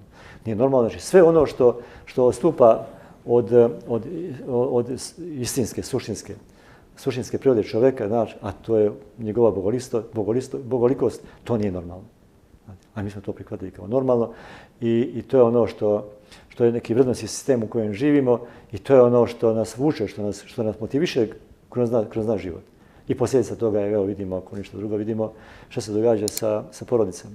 Znate, totalan raspad porodice, porodične vrednostne života. Znate, to je strašno, znate. Ali i to olako se sve raspada, znate, olako. Ali i posljedica toga je to da strašno malo ima, sve manje i manje ima bračnih zajednica. Sve manje ima zajednica bračnih, jer sve se ljudi teže žene, sve se djevojke teže udaju, a ja to mogu da vidim, svaki sveštenik to može da vidi, znate, kod mladih ljudi koji dolaze u crkvu, znate, koji se spovijedaju. Vidimo, danas on vidi nju sa jednim, sutra vidi sa drugim, posebno u manjim gradovima, manjim sredinama. A i u Beogradu, tu se vrti neka društva imaju neke svoje zaokružene priče. Znate. To se vidi. Ovo je obrnuto. Ona vidi njega danas sa ovom, drugi dan sa onome, znate. Hoće da budu zajedno. Super je to, znate. Super je to danas da se provedu malo i to je taj naš egoizam koji mi pohranjujemo stalno, ali da stvaramo neku čvršću vezu, odnosno da ulazimo u bračnu zajednicu. I ne samo zbog toga. Znate. Šta je to? Strah od obaveza ili? Kaže, nećemo obavezu prihvatimo. A ne, ovo je drugo što imamo neki osjećaj morala. Ne mogu ja da imam ženu koju sam gledao da ide ne znam s kim sve. I ona neće da ima njega koji je gledala da ide. A ima u suštini tu mnogo dobre djece. Ali nikako to da se spoji, da se sastavi. I kad se sastavljaju, da vidite koliko puta to bude preko društvenih mreža, a ne u stvarnoj komunikaciji. I mnogo je neudatih, mnogo je neoženjenih. I kad se desi, i kad se zaista sklopi brak, da prođe nekad i par mjeseci, ti brakovi pucaju. Zašto? To što se lagani, nećemo obaviti, nećemo da imamo teškoće u životu. Teškoće dijete kad se rodi, ono jeste žrtva. Bračna zajednica je žrtva uvijek. Uvijek je to žrtva. Ali i naš život je osnovni smisao našeg života, odnosno naše vjere, odnosno našeg odnosa prema Bogu. To je žrtva. Naša vjera je žrtvena vjera. Bez žrtve je sve potpuno živimo u prevari. Znate. To je ideologija hedonizma. Jeste, hedonizma, konzumerizma, utilitarizma. Da smo Kako srećni. vam izgleda tu dole? Evo, radite dole na Primorju, mesto je bar koje je onako i kriminalno mesto, tradicionalno, to je grad ni manjega grada, ni većeg broja klanova, ni manjega grada, poznat, dobro ima po svemu i svačemu, ali da li je tu baš onako ekstremna jedna sredina? Tu dolazi i kokain, tu dolazi, ima dosta svega i svačega, je sad da ne detaljišem previše, ali sve to na jednom mestu, a tu je opet i vera jaka. Sve to ljubo vidi onaj ko hoće da vidi i sve to, sa tim se sreće onaj koji hoće s tim da se sretne. Ja nikakve veze, ja živim u baru, živim dosta dugo u baru, nikakve osjećaj nema da je to tako, a znam da je tako u baru. Nikakve osjećaj, pa nekad čujem, sad to manje, ali bilo je upucao ovaj onoga, neka od tih ljudi znam. Ali nema uopšte taj osjećaj da živim u takvoj sredini, da je to lučki grad koji sve ovo sad što ste nabrojali vuče kao kometa rep što vuče. A sa druge strane, crkvena zajednica u baru je jedna među najjačima, ja mislim, u crkvi. Zaista. I tako je bilo i ranije. Ranije još u vrijeme sa Boška Femića, tada on sabirao tu jedan značajan broj ljudi. I to je nekako taj neki... I uvijek smo na nekoj ivici, recimo, da ti ljudi koji su... Ne bi nikad glasali za ove koji su na vlasti u baru, a u baru su i dalje na vlasti, DPS je na vlasti, znate. Ali i sve nekako izmiče to, stalno izmiče i dan danas su oni, a da se ovi ljudi pitaju, kojih je zaista puno, ne bi tako bilo, znate. Ali neka struktura je tamo u baru čudesna i danas, nažalost, kao što su prije nekih 30-40 godina, koliko ima i 5, možda i više godina, kupovali Kosovo i Metohiju, tako kupuju danas bar. I tako ga naseljavaju. Minja se struktura i vjerske i nacionalna baru. Da, tamo su tri vere zastupljene. Ta priča o 3 vjere, ta lijepa priča, znate, koja je toliko propagirana i koju su tako zloupotrijebili u borbi protiv crkve na Rumiji, znate, to je priča koja postoji kod ljudi koji su tu generacijama. Znači, da kažem, kod starosjedilaca. Evo sad ću vam reći jedan primjer, bit će vam sigurno čuda. Znate, prije 2 dana se bio i sad ćemo tamo treba da živimo nešto u crkvi obnovljena još pred sam dolazak mitropolitov, zove se Velje selo, to je atar koji pripada... Pečurici. Da, to je dolje Pečurica, još tamo Pečurica, to su Mrkovići, tamo nema nijedno pravoslavno uvo, što kažu, sve su muslimani. Eto, ta crkva, tu se crkva obnovi, crkve su pomagali muslimani tu koji znaju svoje pretke. Oni znaju za svoje poreklo. Znaju i poštuju to. To su Mrkonjići tamo. Mrkojevići. I poštuju to. Evo, u toj mjeri recimo dotle da sam zamolio mitropolita, bio tada Amfilohija, pa smo na moj predlog je on donio akt o osnivanju crkvenog odbora. U tom odboru je jedan musliman i to muslimanu koji živi tu blizu crkve, ali ima ključe crkve. Znači, te ljude zaista mogu da ima puno povjerenja u njihovu najbolju namjeru. I to su ljudi s kojima smo mi zaista prijatelji, iskreni prijatelji. Međutim, sad se bar naseljava, odlaze druge neki ljudi. Mijenjaju se navike, običaje. Više to nije ni približno onaj bar koji je bio, ne tako davno. Eto, i to sam pominjao nedavno, znate, i to vidim kad god idemo u toj povorci od kapele Barske do groblja, to je nekih 300-400 metara, nema više. Pa to tako reći do juče, do prije 5 godina, ne više. Znate, kad bi neko ne išao kolima, obavezno je bilo da stane, izađe iz kola, stane napored, kaže neku počast prema onome koga nosimo u sanduku čoveče. Sad sam gledao, bukvalno će nas gaze. Znate, poslije samo tako malo vremena. Znate, pretiču se na toj drugoj traci tamo. Guraju se, žure se negdje, znate. I pretiču se samo što nas ne zgaze. Eto, toliko, to nije bar, to nema veze sa barom. I pisao sam tekst koji se zvao Bar je umro. To je jedan pokazatelja. A i ova druga priča, taj odnos koji smo taj imali, te 3 vjere, taj suživot barski, znate, to više se sve širi nekako, nestaje. Nestaje zato što nestaju ljudi koji su nosioci tog takvog odnosa. To je tako, sve se to, znači ovo vrijeme nosi takvu priču. Sad isto što me zanima, to je koliko danas ima licemerja u smislu da ljudi uzmu da poste, idu u crkvu, a onda ostatak dana apsolutno ni malo ne žive po onome u što se zaklinju. Pa to kad sam govorio o Lazarevom zavjetu i kad sam govorio o Jovanovoj žrtvi, znate, to je stvari ta priča bila. Pa zato sam rekao da sam počeo bio, će prošite amonije i licemerje. Znate. Živimo jedno strašno licemerje. Znate. Jedno pričamo, a potom drugačije radimo. I to nam je postalo normalno. Znate. Nama je potom normalno da to pričamo, jer to smo naučili, to je priča koju smo slušali, koju čitamo, koju slušamo Sveti Otaca, slušamo na predavanjima i mi tu priču ponavljamo. Znate. Već sami ne živimo tako. Znate. Znači jedno silno licemerje zavladalo uopšte u društvu, znate, pa i u samoj crkvi. Crkva je dio društva. Jer to zapravo farisejstvo? A jest. To je farisejstvo. Postali smo grobovi okrečeni. Znate, s polja odešeni, lijepo pričamo, a unutra prazne jedna grabež, prljavština svakojaka. Znate, to smo postali, nažalost. I što to ne trudimo se da promijenimo. Ne trudimo, samo guramo po tepih, znate, guramo kao za neka druga vremena. Nećemo da imamo mi problema oko toga. Znate, za to neće niko da govori na te teme. Znate, nećete, ovo sad što ja pričam, to ćete vidjeti gdje čuti.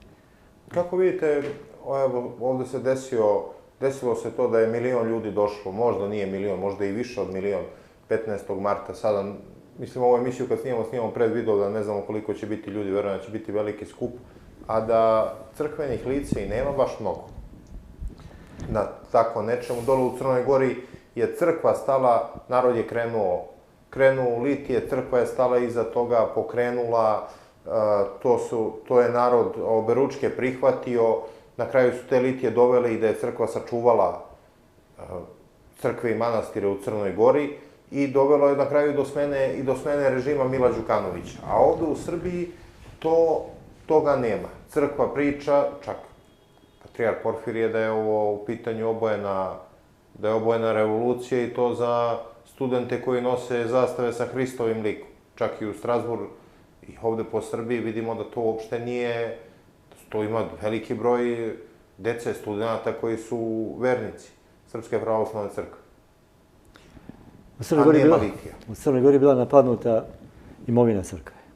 To je bilo decidno, to je bilo toliko vidljivo da je to prošlo i mi bi imali strašne probleme oko vlasništva crkava, manastira, onih starijih od prije 18. godine.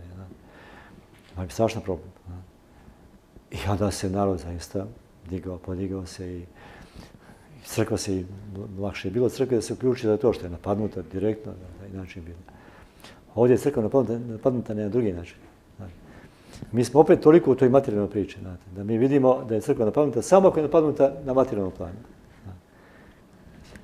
Prije, ne znam, da pratimo sa stanku, ne ove, nego prošle godine, kad je krenula ova muka, ova nevolja sa Ukrajinom, kad je krenulo stradanje crkve još od priznanja, kada je Vseljenski patrijarh priznao tamo ove raskolnike u Ukrajini za crkvu, onda smo svi, kad su počeli ljudi upadaju tamo tuku vjernike, upadaju u crkve i onda smo svi govorili o stradanju Ukrajinske crkve.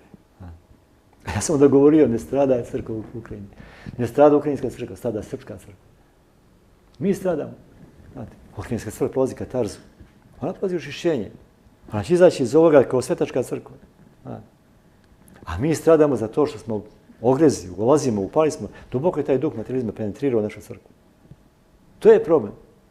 I pisao sam i više puta ponavljao. Svaki dinar koji je Vučić dao crkvi, to je omča o glavi, omča o vratu, ne samo crkvi, nego srpskom narodu. Zašto? Zato što je crkva je stožer za koje se drži narod u svojoj istorijskoj vertikali. Zašto? Zato što je sve korupcija. Sve to što smo dobili, sve to strašno veliku cijenu ima. Zato ćutimo. Zbog tih stvari ćutimo. Ne možemo da ustanemo protiv toga. Zašto? Zato što smo upali u tu priču na ovaj način. Crkva se oslanja na režim. Crkva je, napadnuta je bila imovina crkve u u Crnoj Gori, a ovdje sada, u ovo vrijeme, je napadnuta crkva u duhu njenome, u njenom temelju, u njenoj suštini njene prirode. Tu je napadnuta crkva, a mi to ne vidimo. Mi ako ne vidimo da je nešto, neku konkretnu materijalnu štetu, mi ne vidimo da je to neka šteta. A ovo je šteta u duhu, to što smo se raslabili, to što nismo spremni da... Kako vidite ćutanje crkve? Aleksandar Vučić je na jednoj dečijoj televiziji pričao u političkoj emisiji, pričao da je on taj koji je sagradio hram Svetoga Save. Ne završio, nego sagradio. Čak je to naglasio, 2 puta je ponovio. Da cijela Srpska pravoslavna crkva, ajde, vi ste tu, slobodno mogu reći, izuzetak koji nije pravilo. Da nisu svi uzeli i stali, čoveče, nisi. Samo da uzmu da kažu nisi. Ne očekujemo, Bog zna šta od sveštenih lica, vidimo po mnogo čemu, ali da uzmu samo bar da istupe javno da kažu nisi ti sagradio hram Svetoga Save. To je veliki problem danas uopšte srpskog naroda, znate. Ja živim u drugoj državi, znate, ali srpstvo je Srbiji, u Srbiji, u Republici Srpskoj i bilo gdje drugo, koje vi moji u Crnoj Gori, znate, to je meni jedna porodica, jedna familija, to je jedan narod i sve rane moga roda mene bole, zaista. Tako me boli i ove rane, itekako. I zato ja ovako i govorim što me te rane itekako bole, znate. Mi od tog čovjeka čujemo, to je samo jedan detalj u toj priči. Mi smo čuli toliko nesuvislih izjava, toliko nebuloza, znate, koji zaista ja nisam čovjek, nisam psihijatar, nisam čovjek te struke da ja mogu da se gledam sada njegovu ličnost, znate. Ali ima ljudi koji to znaju i zaista i sa tog aspekta. I to je zaista jedan aspekt sa kojega treba sagledati sve te njegove izjave, šta se to sve događa. I kroz sve to posljedice koje su po srpski narod uopšte, koje su strašno pogubne. To, znači reći takvu nebulozu, ne znam zaista da je on sagradio hram. I to ništa, tako to prođe, sagradio hram Svetog Save. Što se kaže, ne znam, bio na mjesecu, ja ne znam šta sve uradio. Užas je taj što mi da to sve, zato se nekom opije, znači mi smo napadnuti u duhu, da nismo napadnuti u duhu, da nismo tu, da kažem, mogu samo reći o nekoj bolesti, znate, pa ne bi to tako moglo da prolazi. Ne samo to je samo jedan detalj te priče, mnogo je takvih priča, mnogo je takvih detalja, znate, to je jedan koji ilustruje ovu priču. Ali rekao sam, zašto, setim ja sveštenike. Sjetim ovdje sveštenike, znate. Znate koliko puta ja kažem, oče, podržavam te, imaš ovo, znate. Ali smo vezani za naše, nam zavisi neka egzistencija i ne znam šta sve. Zavisi od toga kako ćemo se ponašamo. Znači oni su više u egzistenciji nego u veri. Pa da. Pa to rekao sam malo prije da je taj duh materialistički ušao duboko u crkvu. Znate, nama to, znači, a vjera, rekao sam u početku, vjera nije to što mi idemo u crkvu, što postimo, što se ispovijedamo, što se pričešćujemo, znate, to je praktikovanje vjere, čoveče, znate, to je crkveni život. Znate. A vjera je potpuno povjerenje u Boga. Potpuno povjerenje u one riječi koje je Bog nama rekao. I znači naš trud, naša žrtva, koliko dugo da košta, koliko treba da ponesemo trude i žrtve, bilo koje vrste žrtve, čak i stradanja, čak i materijalno stradanje. Znate. Da bismo ostali jedinstvo sa Bogom, sa Hristom našim, to je vjera. To je vjera. I onda šta se događa onda? Onda se istine otvaraju, otkrivaju. I onda sve to evanđelje postaje vidljivo, čitljivo, kao jedna priča koja može biti hermetička, ali ona se otvara. Ona se poslije otvara. Zašto? Da to ulazimo u jedinstvo sa Bogom. Ovo što mi propovijedamo, to su naučena, to stečena znanja. Mi smo to naučili, da tako treba i mi to tako proiznosimo. Ljudi koje mi slavimo kao svetitelje, znate, oni su imali tih stečenih znanja, ali su imali i ova otkrivena znanja. Pa imali smo slučajeva da su ljudi nepismeni. Ljudi bili izuzetno, ljudi, kod tih, recimo kod Svetog Antonija, sveti, dolazili su kod njih na savjete najučeniji ljudi tog doba, a on bio nepismen. Zato njemu se, svojim životom je doveo sebe u jedinstvo sa Bogom tako da se njemu znanje, istinska, stvarna, prava znanja su mu se otvarala, otkrivala. Kao ono kad zamagli staklo, pa kad se skida, brišemo ono maglu, onda vidimo kroz prozor. Tako i sa ovim istinskim, stvarnim, pravim znanjima. Podržavate studentske proteste, koliko sam vidio po vašim tekstovima, pa me zanima kako vidite da se Srpska pravoslavna crkva uključila u kritiku. Tu ne mislim samo na patrijarha, tu se uključuje i sveštenik Džomić. Gledao sam u jednoj emisiji gdje je gostovao, gdje on to kritikuje. Kako i vidite na sve to? U pitanju su ljudi koji su nekada branili Aleksandru Vučiću da kroči u Crnu Goru, sada imaju drugačije mišljenje. Pa, nije bilo baš tako davno. Rekao sam da sloboda ima strašno veliku cijenu. Ona košta. Slobodu je strašno lako prodati. Mi smo stvoreni kao slobodna bića. Znači, osnovno svojstvo našeg bića, čovjekovog bića, mi smo čovjek od trenutka naše oplodnje. Tada smo čovjek. Znači, osnovno svojstvo našeg bića je sloboda. Koju mi tako proračimo. Ne brani se crkva tako što mi da branimo od ovoga, od onoga i branimo neodbranjivo. Oni brane od vojne revolucije. Crkva se brani svojim životom. Time se brani crkva. Ovim što sam malo prije govorio. Žrtvom, podvigom, trudom. Time se brani crkva. A ne time što ćemo da pričamo, da ta naša priča bude u skladu sa onim što to od nas očekuje režim. To je pogubno za samu crkvu. Zato sam rekao, sve što smo dobili od Vučića, sve to omča o vratu. Ne samo crkve, nego i naroda. Sve to košta. Sloboda se lako proda, a mi je prodajemo. Na svakom koraku. I ne mislimo o tome. Ne mislimo o tome. Aj kad bi samo htjeli malo, kad bi svaki čovjek htio malo da vidi zašto nešto ne može da uradi, zašto je spriječen da uradi nešto što je uradio, da bi bio spriječen da uradi nešto što moralno osjeća da je ispravno i da bi trebalo da uradi. Ovaj mu učinio, zaposlio mu dijete, ovaj mu radi ovo, ovaj mu radi ono, uzeo je pare za ovo, uzeo je, daj mu preko veze, uradi to, daj da, ne znam, neko tenderu da nešto radi. Znači, kupljeni smo. Sve je danas u korupciji. Sve je na prodaju. Sami sebe prodajemo svoju slobodu. I zato je to tako. Zato smo kao crkva, zato smo kao društvo uopšte na tako niskim granama. I zato, rekao sam ono malo prije, crkva strada danas ne materijalno, naprotiv, nego strada u duhu. A to je stradanje. Materijalno stradanje nije stradanje, to je žrtva. A ovo je stradanje, stradanje u duhu, gdje smo mi tako raslabljeni. I mi pričamo o Lazarevom zavjetu, o odabiru Carstva Nebeskoga. Pa to ne ide se u Carstvo Nebesko čovječe. Pa ne ide se u Carstvo Nebesko na taj način, po Bogu. Mi možemo pričamo o tome, ali licemerimo.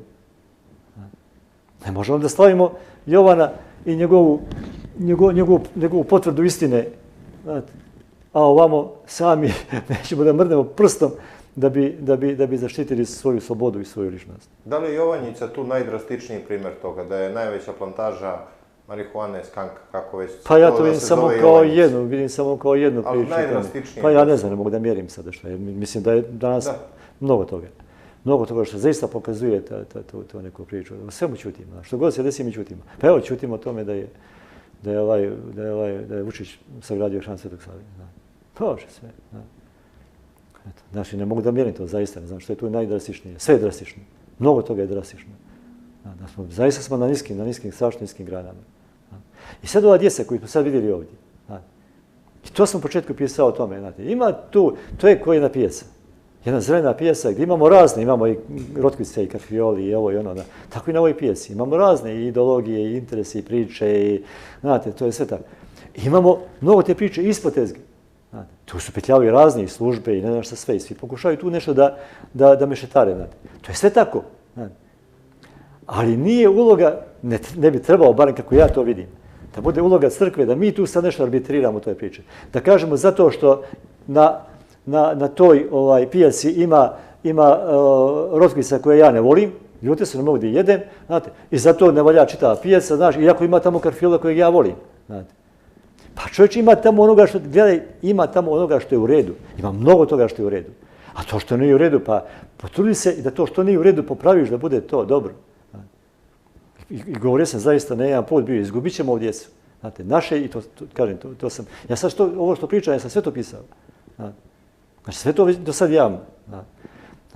Izgubit ćemo tu djecu. Izgubit ćemo tu djecu, zašto? Zato što kao prvo se postavili kao neki antagonisti njima, znate, A kao drugo nismo im ništa ponudili. A imamo što da im ponudimo. Ne samo šta, ne samo Hristovo učenje, nego cijeloga Hrista imamo da im ponudimo.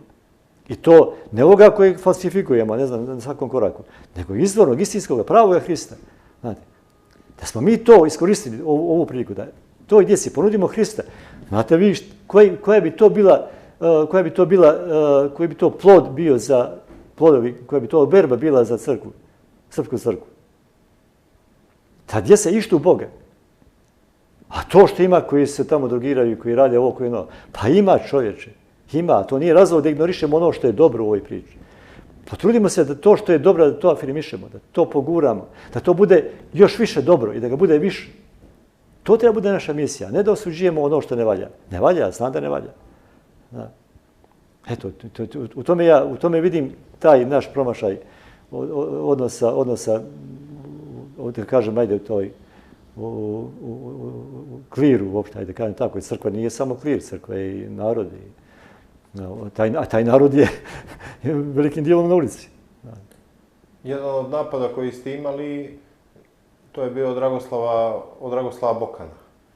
To je jako zanimljivo, vi se inače poznajete se dugi niz godina.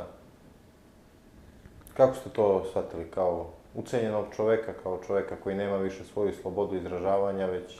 A ne bi se, on me toliko ishvalio, recimo, u jednoj emisiji, da bi rekao da sam, mislim, baš onako, ne bi ja sam te usudio da o sebi govorim tako lijepo, znate, kako on meni je govorio, ali onda rekao, kaže, ali ne razumijem procese, Pinokio. Pinokio, ja sam poslije pisao tekst ko je Pinokio, on ili ja? Pa sam naveo razloga. Dragoslave, moj drug, on kaže da smo bili prijatelji, drugovi naši, ja tu nemam nikakvih problema oko toga. I sada se vidimo, ja mogu s njim dolje na pići, da pričamo i da se malo pošalimo i sve to. Ja nemam taj problem, znate, ja sam imao toliko neprijatnosti u samoj crkvi, znate, da sam to vezivao. Jeste bili hapšeni, privođeni? To nije vezano bilo za crkvu, ali u samoj crkvi sam imao problema, znate, ne jedan put, nego mnogo puta, znate, čak i egzistencijalnih. Ali da sam to sve vezivao za svoje srce, znate, to, gdje bi ja sada bio? Bio bi rob tih svojih loših odnosa prema ljudima, loših pomisli, sve to sam ja izbrisao svoje duše. Ja nikakav način sad nemam neki loš odnos ni prema Bokanu, ni prema ocu Veliboru, ni prema ovome, ni prema onome. Znate, kad mi je otac Velibor bio napao u stanje stvari jedno, baš me dobro potkačio bio. Mada uporno toga nije bio u pravu, zato što su ga moji tekstovi demantovali tu njegovu priču. Mogao sam da uradim u Crnoj Gori, ali nisam uradio. Mogao sam, a nisam. A ja čitavo života piše. A dobro, sad nije toliko bitno. I sad ja zaista, otac Velibor je moj brat, mi se znamo mnogo dugo. Znamo se mnogo dugo i sad mi je brat. Ja sad kad ga vidim isto kao da mi je najljuđeniji brat. Nemam nikakav problem oko toga. Ja sam samo napisao u jednoj rečenici, pustio to na mom profilu, napisao sam samo brat moj, kako god da ga baciš, dočeka se na noge. Šta da radim? Ali to je moj brat. Ja imam mnogo prijatelja mojih, imam dosta prijatelja, od ranije prijatelja, znate, koji su potpuno učići ovoj priči. To uopšte nije bio razlog da mi da skinemo naše prijateljstvo. Ja znam da najveći broj ljudi tako ne funkcioniše. Znate, zato ti si sad tamo, znate, i neću više, nismo zajedno, nemamo iste poglede posebno na političke prilike u Srbiji, ili ne znam gdje sve. Nemamo na neke društvene gibanja, neka društvena, nemamo iste poglede. Znate. I onda mi raskidamo prijateljstva. To mi nije razlog nikakav. Pa ti si moj brat, ti si moj prijatelj, brate. Sad se nismo saglasni u ovome, nismo saglasni u onome. Bit ćemo sutra opet. I ako ne budemo, šta onda? Svako nosi svoje breme. Treba sad ja još tu da upadam u te priče i da kvarimo odnose prema ljudima. Svaki čovjek, ako pođemo od te istine u stvari, da je svaki čovjek stvoren po liku Božjeme, znači da je stvoren istom ljubavlju. Znači, Bog nema dvije ljubavi. Nema jednu ljubav za mene, drugu za vas, treću za ovoga, jednu za muslimana, jednu za pravoslavce, jednu. Nema Bog dvije ljubavi, ima jednu ljubav. Znate. Samo je stvar našeg, ne Božje ljubavi, nego našeg odgovora na Božju ljubav. Znate. Stvar je kako mi odgovaramo na njegovu ljubav. Znate. Ako mi na njegovu ljubav odgovaramo tako što ćemo da svojom ljubavlju odgovorimo na njegovu ljubav, znate, onda smo mi na dobrom putu. A svojom ljubavlju na njegovu ljubav odgovaramo, znači tom ljubavlju koju on nas stvorio, odgovaramo tako što ćemo tu ljubav da prenosimo i da se s njom, tom ljubavlju odnosimo prema drugim ljudima. Kako se odnosimo prema bilo kojem čovjeku, mi se prema Bogu odnosimo. Ako smo mi sa ljudima u svađi, u netrpeljivosti, u nečemu, mi smo sa Bogom u netrpeljivosti. Ne što Bog ima prema nama netrpeljivost, nego što mi prema Bogu imamo netrpeljivost. Koliko god se mi hvalili, ja volim Boga, ja sam vjernik, ja sam veliki vjernik, idem u crkvu. Ne možeš tam čovjeka pored sebe mrziš, ne možda, ako ga ne voliš, ti više nisi istinski hrišćanin. A ne da ga mrziš i da imaš s njim sporovi i ne znaš šta sve. Što god da mi uradi, znate, to mi bude nekorisno. Ako doživimo to, da što god doživimo od drugih ljudi, znate, koliko god da to bilo za nas naporno i teško, koliko god to povrijedilo našu sujetu, ako pređemo preko toga, ako to ne primimo k srcu i ako na to ne reagujemo, ako ne zvratimo istom mjerom, znate, mi smo na dobrom putu. Tako da. Zanima mi ovo, Rio Tinto, žestoko ste oplili, rekli ste tada Rio Tinto je krpelj koji treba da sisa krv Srbije. Kako danas to vidite, na to isto Srpska pravoslavna crkva nije imala baš adekvatan odgovor na to da će desetine hiljada ljudi, možda i stotine hiljada ljudi stradati, biti raseljeno ili živjeti kraće zbog zagađenja koje će Rio Tinto ovdje proizvesti. Pa da je samo jedan Rio Tinto, bilo bi dobro, znate, to je čitav jedan proces koji se događa u Srbiji. Nije samo Rio Tinto u Srbiji, znate, imamo mi Rio Tinto u Varu. Govorim metaforično, ne kao Rio Tinto, ne kao firmu, znate. Znate koliko tamo dogone iz Trepče, iz Srebrenice, iz Bora, dogone u refuzi rude, tamo iskrcavaju u Barsku luku. Ja nisam znao da je to ne tako davno, se ta priča ne počne se pojavljuje u medijima. A tamo istovaruju u refuziju u luku, a onda to tamo poslije ubacuju kontejnere.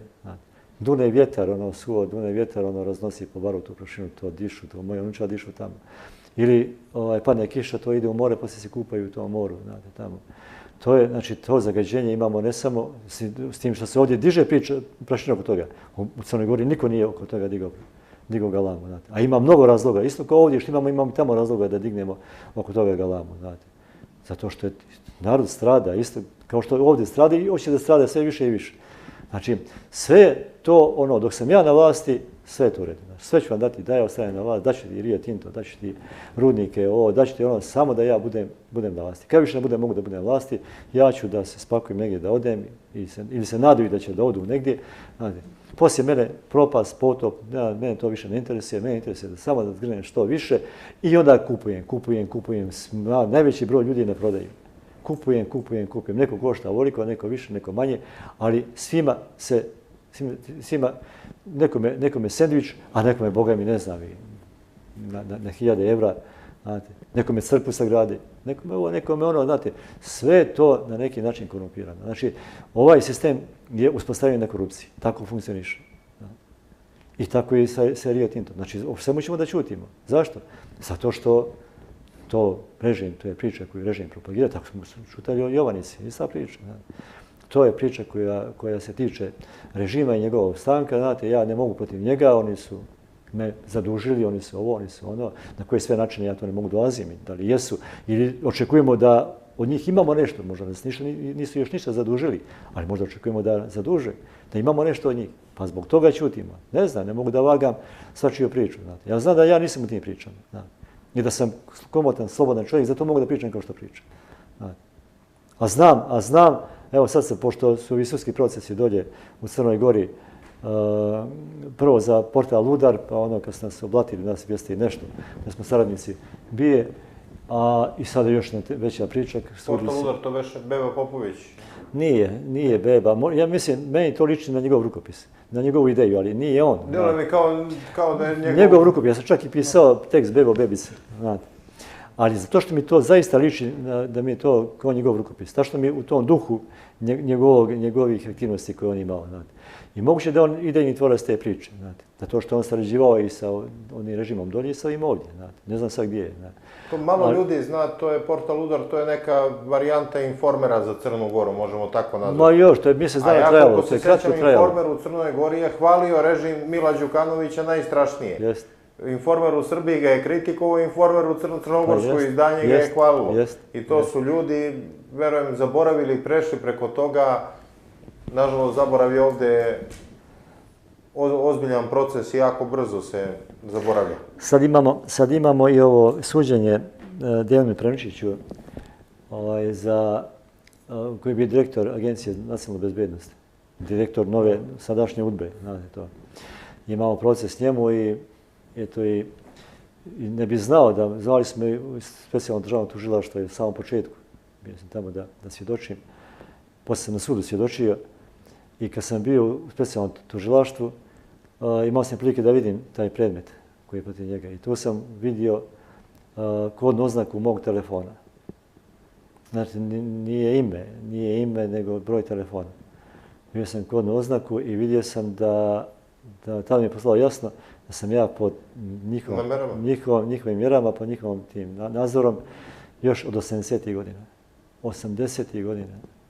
Od 80. Znači, više od pola života sam ja pod tim mjerama. I dan danas sam, kad je Nikola Angelovski, advokat moj, i sad je dosta nas da stupa on u ovom portalu Udar, kad sam ja pitao ranije advokate da tužimo njih, to je zaista bilo tako drastični napadi na nas.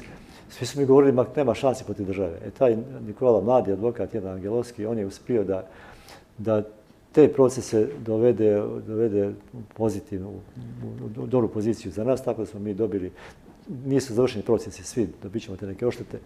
Znate, za to što... Opet je bolja situacija, meni su odbacili krivičnu prijavu za otmicu, tako da je bolja situacija kod vas. Ali to je uspio ovaj momak da uradi, zaista, znate, nisu, drugi su pokušali, nisu uspjeli, on je to uspio da uradi i tako da je to što se tiče portal Udar, ali da, to sam htio da kažem, on je onda tražio za svoje klijente koje zastupa, tražio od agencije, da li smo i dan danas, da li smo sada pod mjerama nadzora, znate, i onda su svima odgovorili, osim Vladici Metodiju i za njega i za mene, da nisu pod mjerama nadzora, a za nas dvojica su rekli da ne mogu na to, pozvali se na tačke zakona, ne mogu na to da odgovore, jer bi na taj način ugrozili rad svoje službe i tako. Tako da je to mi potvrda da smo i dalje, znate. Evo, sad su nam dali jedva, znate, tim procesima dali su nam te njihove zabilješke, to što se prisluškivali. Šta je pisalo u tim zabilješkama? Pa ne mogu sada pričati, ja sam pod tim mjerama. A šta je to njih zanimalo, sveštenost, lice? Ali ovo je samo za litije, znate, ali ja bih htio i to ćemo se borimo da vidim i drugo, ne samo za litije, znate, ovo je za litije. Da, ne pričam, ne mogu sad, za to što jesam pod tom obavezom da je to pod mjerama tajno i tako da ja sad ne smijem da pričam, zato što će me zbog toga procesuirati. Ali ne znam, to tako, ta njihova služba, to je jednog i pol dana otprilike, obuhvaćen taj period. Ono što je sada aktualno, to priče i Nikola Angelovski i drugi advokati i mi koji smo direktno ugroženi tom pričom, tražimo da se ta priča da postane javna, da se otvore arhivi UDBE i mnoge stvari da saznamo, da vidimo. Oni su predali jedan period OZNA dok nisu formirali UDBE. OZNE, to su dali arhivi crnogorskoj, ali to je opet komplikovana priča. To je 45. do koje? Do 8. mislim da je tako bilo. Ali to opet može samo jedan ograničen broj ljudi da koristi i nisam siguran da mogu da koriste to ako ne dobiju saglasnost od Agencije za nacionalnu bezbednost. Tako da je to jedna dosta skučena priča isto također. Ali kad budu arhivi zaista otvoreni, a morat će budu otvoreni, znate, to njih traže, to je uslov za ulazak u Europsku uniju. I ako budu zaista ulazili, znači morat će to, kao što radili Njemci, kao što radili Česi, kao što radili svi Poljaci, svi su to radili. Ali mi smo sad tu priču sveli na koga špijao za Goli otok. To je zaista bila jedna tako rigidna priča. To špijanje smo imali 1941. godine kad su išli kao Italijana, znate, kad je ostalo je da li kao legenda, da li je stvarno tako bilo. Nisu imali mašina. Da se žalio da ne mogu da postignu da prime sve špijune. Ali Evo kažu legenda da nisu imali dovoljno kucaćih mašina koliko je ljudi špijalo komšije. Pa eto, ne znam, to su razne varijante, ali u svakom slučaju je bilo dosta ljudi koji su špijali, posebno ovo za vrijeme ovo poslije rata, vrijeme Infobiroa i Goli otok, to što je bilo. I sve smo na to sveli, znate. Međutim, tu postoje mnogo značajnije priče. Postoje značajnije priče.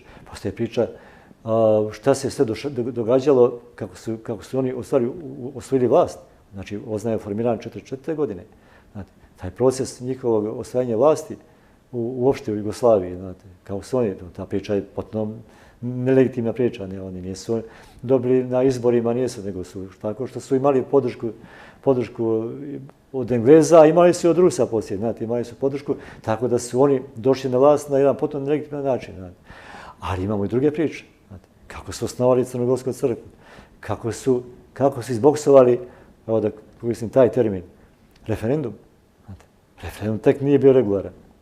Pa evo ovaj Joso Markoš koji sam malo prije pomenuo, Jovan Markoš, moj imenjak, dobri, on je napravio bijelu knjigu. Mislim, ima oko 3000 ima ovih primjera šta su radili, što nije bilo regularno. To je referendum za odvajanje Crne Gore. Pa da. Koje se sve špekulacije napravili to veče, pre samo zaključenje tih kutija gdje smo glasali tamo, da smo protiv. Znate, strašna to priča bila, znate, a koje su posljedice svega toga. Mislim, to se nikome ne odgovara da se to vidi. A to što je otkrio arhivi UDBA-e, ako to ne bude sakriveno negdje, sklonjeno, znate, da vidimo kako je Crna Gora odvojena od Srbije. To će biti tekako interesantno. I samo koliko nekih, ni 10 godina, mislim, manje nešto, 90, ne znam koliko ljudi u Crnoj Gori se glasali za zajedničku državu. Kako se to tako jedan put promijeni? Kako se to promijeni da od, ne znam, 95% Srba u Crnoj Gori uoči drugog rata imamo 1,73% poslije drugog rata Srba u Crnoj Gori. Kako se to promijeni? Ali ima ulogu UDBA u toj priči. Znate. To je ono što mene mnogo više interesuje nego što je ovo koga špijao za Goli otok. Mada i bih možda volio da vidim što su to obilježili, šta su me, ako ništa drugo kao posjetnik, Krsto, sin moj me tjera stalno da pišem neka moja sjećanja. A ja sam sve živo zaboravio. I to je bila zaista dobra prilika, znate, da mi daju te njihove zabilješke, a da mi se ja posjetio šta sam sve radio u životu. Znate. Mogli bi da mi pomognu, mogli bi da napišem memoare zahvaljujući njima, njihovim zabilješkama. Nadam se da ću dočekati. Da se vratimo na ovo isto što se događa između režima i Srpske pravoslavne crkve, pošto prethodni režimi se nisu mešali. Slobodan Milošević jeste u smislu pomirenja zagranične crkve, kažu da je imao veliku ulogu u dovođenju patrijarha Pavla na to mesto, da je njegova uloga bila tu zapravo presudna. Zanima me da li će Srpska pravoslavna crkva preživjeti Aleksandra Vučića? Zašto ovo kažem? On je prvi vladar koji se javno poziva, kao ovo za hram Svetoga Save, tako isto i za neke druge stvari. Mnogi ljudi već sada kritikuju da je Srpska pravoslavna crkva postala versko odjeljenje Srpske napredne stranke. Bukvalno kao filijala da je režima, ne odvojena globalna, jedina globalna institucija kod Srba koja traje vekovima. Pa, nažalost, savršeno mi je žao što mi dajemo nekim svojim ponašanjima, dajemo povode za takve priče koje jesu, nisu, to je druga priča. Ovdje govorim na ljude koji su u veri, ne mislim na ljude koji su sa druge strane, na drugosrbijance, na globaliste, nego... Ali dajemo povode za sve to, dajemo povoda, nažalost, dajemo povoda, da li je to tako ili nije tako, ja stvarno ne mogu da znam, to je jedna stvar. Ali druga stvar je da crkvu nisu ni u istoriji, toliko je bilo episkopa koji su otišli u jeres. Nije jeres nastajala u narodu, jeres je uvijek nastajala u kliru. Pa sve to crkva preživjela i to bez nekih problema. Pa smo preživjeli fanariote ovdje, na ovim našim područjima. I to u turskom ropstvu. Mi smo sad isto ropstvo, znate.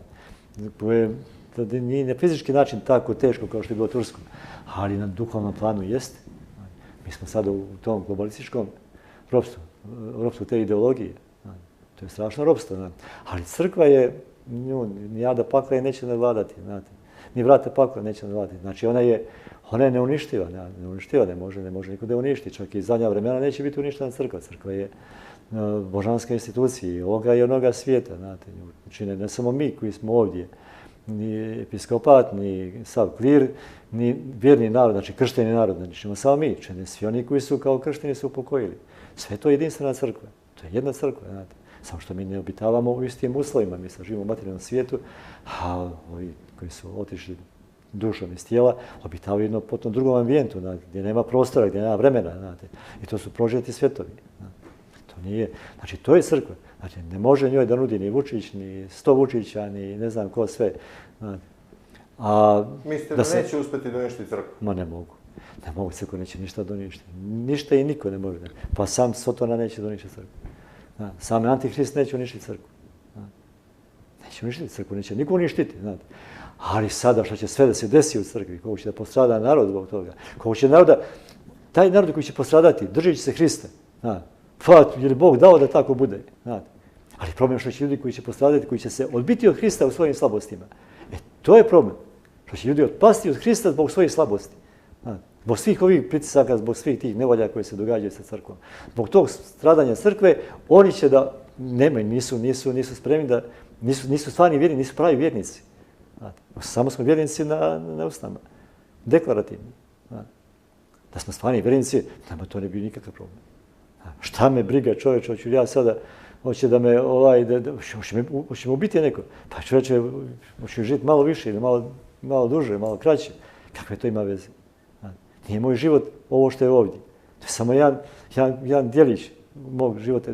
Ne mogu da kažem ni djelić, zato što taj budući vijek nema vremena. Nije to da je beskonačno zato što će sad da počne i više neće nikada da završi. Nego zato što neće uopšte da protiče vrijeme kroz taj budući život. To je vječno sada. Kako je moguće da ljudi veruju u sve i svašta? Veruju i u laku zaradu, veruju u život bez rada, veruju u raznorazne life coacheve, da će im psihoterapeute, sve i svašta će im to doneti sreću, a opet u instituciju koja postoji hiljadama ili stotinama godina, da su tu izgubili poverenje. Jer moguće je to, da li je to od komunizma ili je to i pre komunizma tako, zato što je to bilo i u carskoj Rusiji je to bilo i posle i kod nas. Za vreme kraljevine Jugoslavije. Prije Hrista i poslije Hrista i pa znam što je to, uvijek je toga bilo. Ali nikada ovoliko masovno nije bilo. Pa kako ja sad to mogu da znam, znate, mi pamtimo i ostalo u predanju crkve su ostali oni sveti, najsvetiji, a to je mali procenat ljudi, od koja ja znam kako su drugi reagovali, znate. Evo mi ćemo sada na Vidovdan na Crvenom parasu svima onima koji su dali život, položili život za otadžbinu, u borbi za otadžbinu i krst časni, znači za Hristovu vjeru. Onima koji nisu neći. Mnogo je ljudi koji su na taj način postradali. Bili su spremni na žrtvu, znate, ali mnogi nisu bili na to spremni. Ja sad ne mogu da znam. I danas ćete sigurno naći puno ljudi koji, kad bismo došli u tu situaciju, ja sam ubijeđen da bi danas mnogi, i od ove djece koje su danas na ulici, da bi mnogi ušli u tu priču, da bi se zaista uhvatili za Hrista i da bi bili spremni da postradaju, čak i fizički, da ne govorim na materijalnom, na tom nivou, da bi bili spremni da postradaju, da bi ostali uz Hrista. Da li su oni pokazali kao najviše u veri? Nama su studenti ti koji su spremni bili najviše da postradaju. Advokati su posustali posle mjesec dana štrajka, profesori, ostatak profesija, da ne bude da kritikujemo njih, ostatak profesija se nije ni javio u generalni štrajk, niti na bilo koji način tome je doprinio. Ne kažem sada za sve, opet je to individualno. Da li su se tu studenti pokazali kao najviše ljudi u veri u pobedu sutra, da će istrajati do kraja u svojim zahtjevima? To je samo pokazuje koliko mi u stvari ne možemo da se gledamo u dubinski vrijednost društva u kojem živimo. Znate. Ne možemo da se gledamo... Da li je to sada najbolji deo našeg društva? Pa pokazao se kao da jeste, očito se pokazao tako. Znate. Ali da li imamo mi neki drugi tako dobar, ne znam, nismo bili u prilici da, u stvari sad ovo jeste prilika da se svi pokažu, znate. Ali smo mjesec dana prije nego što počeli, nego što je pala nastrešnica na Novom Sadu. Znate. Ajde, ima li ikoga koji je htio reći da se nešto može desiti, neki takav pokret da se desi u Srbiji? Pa ja prvi, pa kaže, sve to mrtvo more, sve je daleko, nema šansi. Nema toga što može da podigne naroda, uzbudi naroda, da krene u neke promjene. I eto, za čas, samo mjesec dana, pogledaj što se desilo. Pa tako je bilo i u oči ratova. Eto, ne znam, i prvi rat, i ne znam koji rat kad su. Bilo su rastavljena društva. Drugi rat, između dva rata, oni ljudi koji su preživjeli Golgotu prvoga rata, pa poslije isto krenula korupcija, krenulo sve živo, sve ovo, sve ono. Opet u drugom ratu, opet se to vrati kad krene. Dobro, i u Crnoj Gori je tako. Niko nije verovao, Milo Đukanović je odvojio Crnu Goru od Srbije, uveo Crnu Goru u NATO bez referenduma, nedemokratskim putem, znao je kakav bi bio ishod. priznao nezavisnost Kosova i na jednoj od te tri ključne stvari nije pao je... Ali tamo je bilo streme otpora crkve. Bilo je streme otpora crkve i kada je priznao Kosovo i tada, pa znate šta, imali smo veliki skup tamo ispred Skupštine, koji su oni rasturili, policajci. Rasturili su, nažalost, evo, ne znam sad da širim priču, mislim da opet pravim digresije. Žao mi je strašno što tada nisam izašao na binu i rekao ko napadne, ko počne da gađa policajce, njega držite. Zato što momak iz Bara mi je rekao bio, ja sam bio dolje u narodu, nisam bio na bini. Rekao mi je, sad ćete vidjeti ko su Barani. Znam momka. Došao, njih su doveli. On nije znao šta radi, ali su znali ljudi koji su njih doveli. To su bili kao navijači. I oni su spremili bili to popodne, spremili su kamenje bili na obali Morače, znači sa druge strane onoga parkića, asfalti i parka tamo, preko puta Skupštine. To su bili donili kamenje, znate, i kad ćete vi da vidite, kada sad će oni da juru na policiju. Ja mu kažem, ste bludi čoveče, samo ćete, za njih to radite. I umjesto sam izašao tada na binu i prekinuo sve živo, da sam uzeo mikrofon, rekao, njega držite taj ko krene, tuda, ja nisam to uradio i oni su poslije par minuta ili minut, samo krenuli su i počeli da gađaju policajce. Ja sam stajao ovako, imao sam ovako motiv, stajao sam, ne. I kakvi, oni su krenuli, poslije dali su povod policajcima i su krenuli, poslije rasturili su priču. Znači, to je njihova priča. Nisu njihovi napali. Tada je on uletio među njih, ja sam bio s njim, otac Dragan Mitrović i društvo, bili smo tu sa njim, smo bili malo prije toga. I onda onako, kad je to sve krenulo, on uletio onako kakav je bio. Njegov otac Đuro bio moj profesor, predavanje srpske gimnazije. Mi ste znali? Sašo nisam znao toliko, ali sam znao dobro, bio mi profesor. Bio dobar pisac. Kasnije je ubijen. Ubio ga. Od tad je stradao. Bulatović. Ali je stradao, strašno je stradao. U Betonjerci. On je zaista čovjek koji je, samo čovjek takve snage mogu to da preživi. Što je on preživio bio. Ali kažem, ta priča je, tada sam bio, 3 generacije smo bili na tom protestu kada je bilo ovo priznanje Kosova za državu. I moj otac je bio, i Krsto je bio, i ja sam bio. Krsto je bio kao student ovdje u učestvovanim protestima UDE, pa onda znao kako. Onda je uzeo džeda odmah i samo ga vukao izveo ga na sredinu ulice. Znao da će krene lomljenje izloga, najgore na trotoaru. I samo je džed izveo na sredinu ulice i da nabio mu svoj neki kaput preko glave i tako izvukao džeda iz te mase, iz tog čuda. Tada, znači, to su bili 3 generacije. Koliko je, evo, pri kraju smo emisije, koliko je i ta, kako sad, ne znam kako to nazvati, bez veze je reći propaganda, ali koliko se dole preko pesama podigla svijest kod mladih ljudi? Pojavilo se i Danica Crnogorčević, i Branka Zečević, i mnogi drugi koji su, da kažem, to je muzika koja je obeležila te litije. Pa sjećate se što radili oni momci sa onim njihovim, kako se to zove, mimeri to. Da, imaju stranice. Znate koja je njihova uloga bila. A to je ono što je valjda u psihi čovjeka. Treba mu nešto što će ga podigne tako. I kad čujemo ovu pjesmu, kad čujemo da pjeva Danica i Branka, znate, to podiže čovjeka. Onda ona grupa Ne damo svetinje. Ona je ogromnu ulogu odigrala u toj priči. Zato što je to bilo stalno podgrijavanje toga. Ne vidim da imamo nešto tako ovdje. Možda sad, ne znam, nisam u toku. Možda i ovi mladi ljudi sada koji su... Dobro su organizovani studenti. Da, snimaju i filmove, imaju svega. Nisam u toku. To isto puno znači. To je danas tako vrijeme. Na taj način se ta priča podgrijava. I nadam se da će ova priča sa studentima da nekog... Mislim, ubiđen sam da će da ploda. Čak i u tom tekstu kad sam pisao prvi put o studentima. Ja sam napisao, iako propadnu protesti. Što je vrijeme radi za ove koji su na vlasti. Sami se više rovare prave smutnju među njima i tako to. A boga mi studenti im vraćaju. Vraćaju, znam, ali... Vraćaju mi studenti... Ali kažete, što više vrijeme ide, ovi su sve više u poziciji da kupe ovoga, cijena onoga, ali ostaće, znate što će ostati? Ostaće taj duh i ta svijest da može... Oni svakako dolaze. Oni dolaze, znate, ostaje ta svijest, pa ono što su oni krenuli da idu od grada do grada, od sela do sela i to. Znate vi koju to ima vrijednost, koju to ima ulogu, znate. Oni su već probudili u ljudima su, pa čak i kad to spase trenutno, znate. Samim tim kad to, kao ljudi, mladi ljudi, kao djeca, idu u crkvu, znate. Pa poslije dođe pubertet i ono zaluta i ode nekim svim drugim poslom, opet poslije se vrate. Tako i ova sloboda koju su sad osjetili ovi ljudi, znate,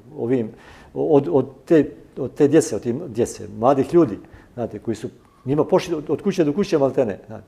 Ta sloboda, kad se malo raščisti situacija, razbisi, opet će se vratiti. I kad dođe vrijeme glasanja, znate, oni će kao što mi u Crnoj Gori dolje. Pa mi nismo Mila pobjedili ulicom, znate, nego smo pobjedili tako smo na ulici, odnosno litijama, stvorili atmosferu, odnosno taj duh u ljudima, da smo mogli poslije na izborima da budemo u većini. Znate. Tako je to. Doduše, nažalost, sve to nije ono što smo očekivali. Znate. Nije to.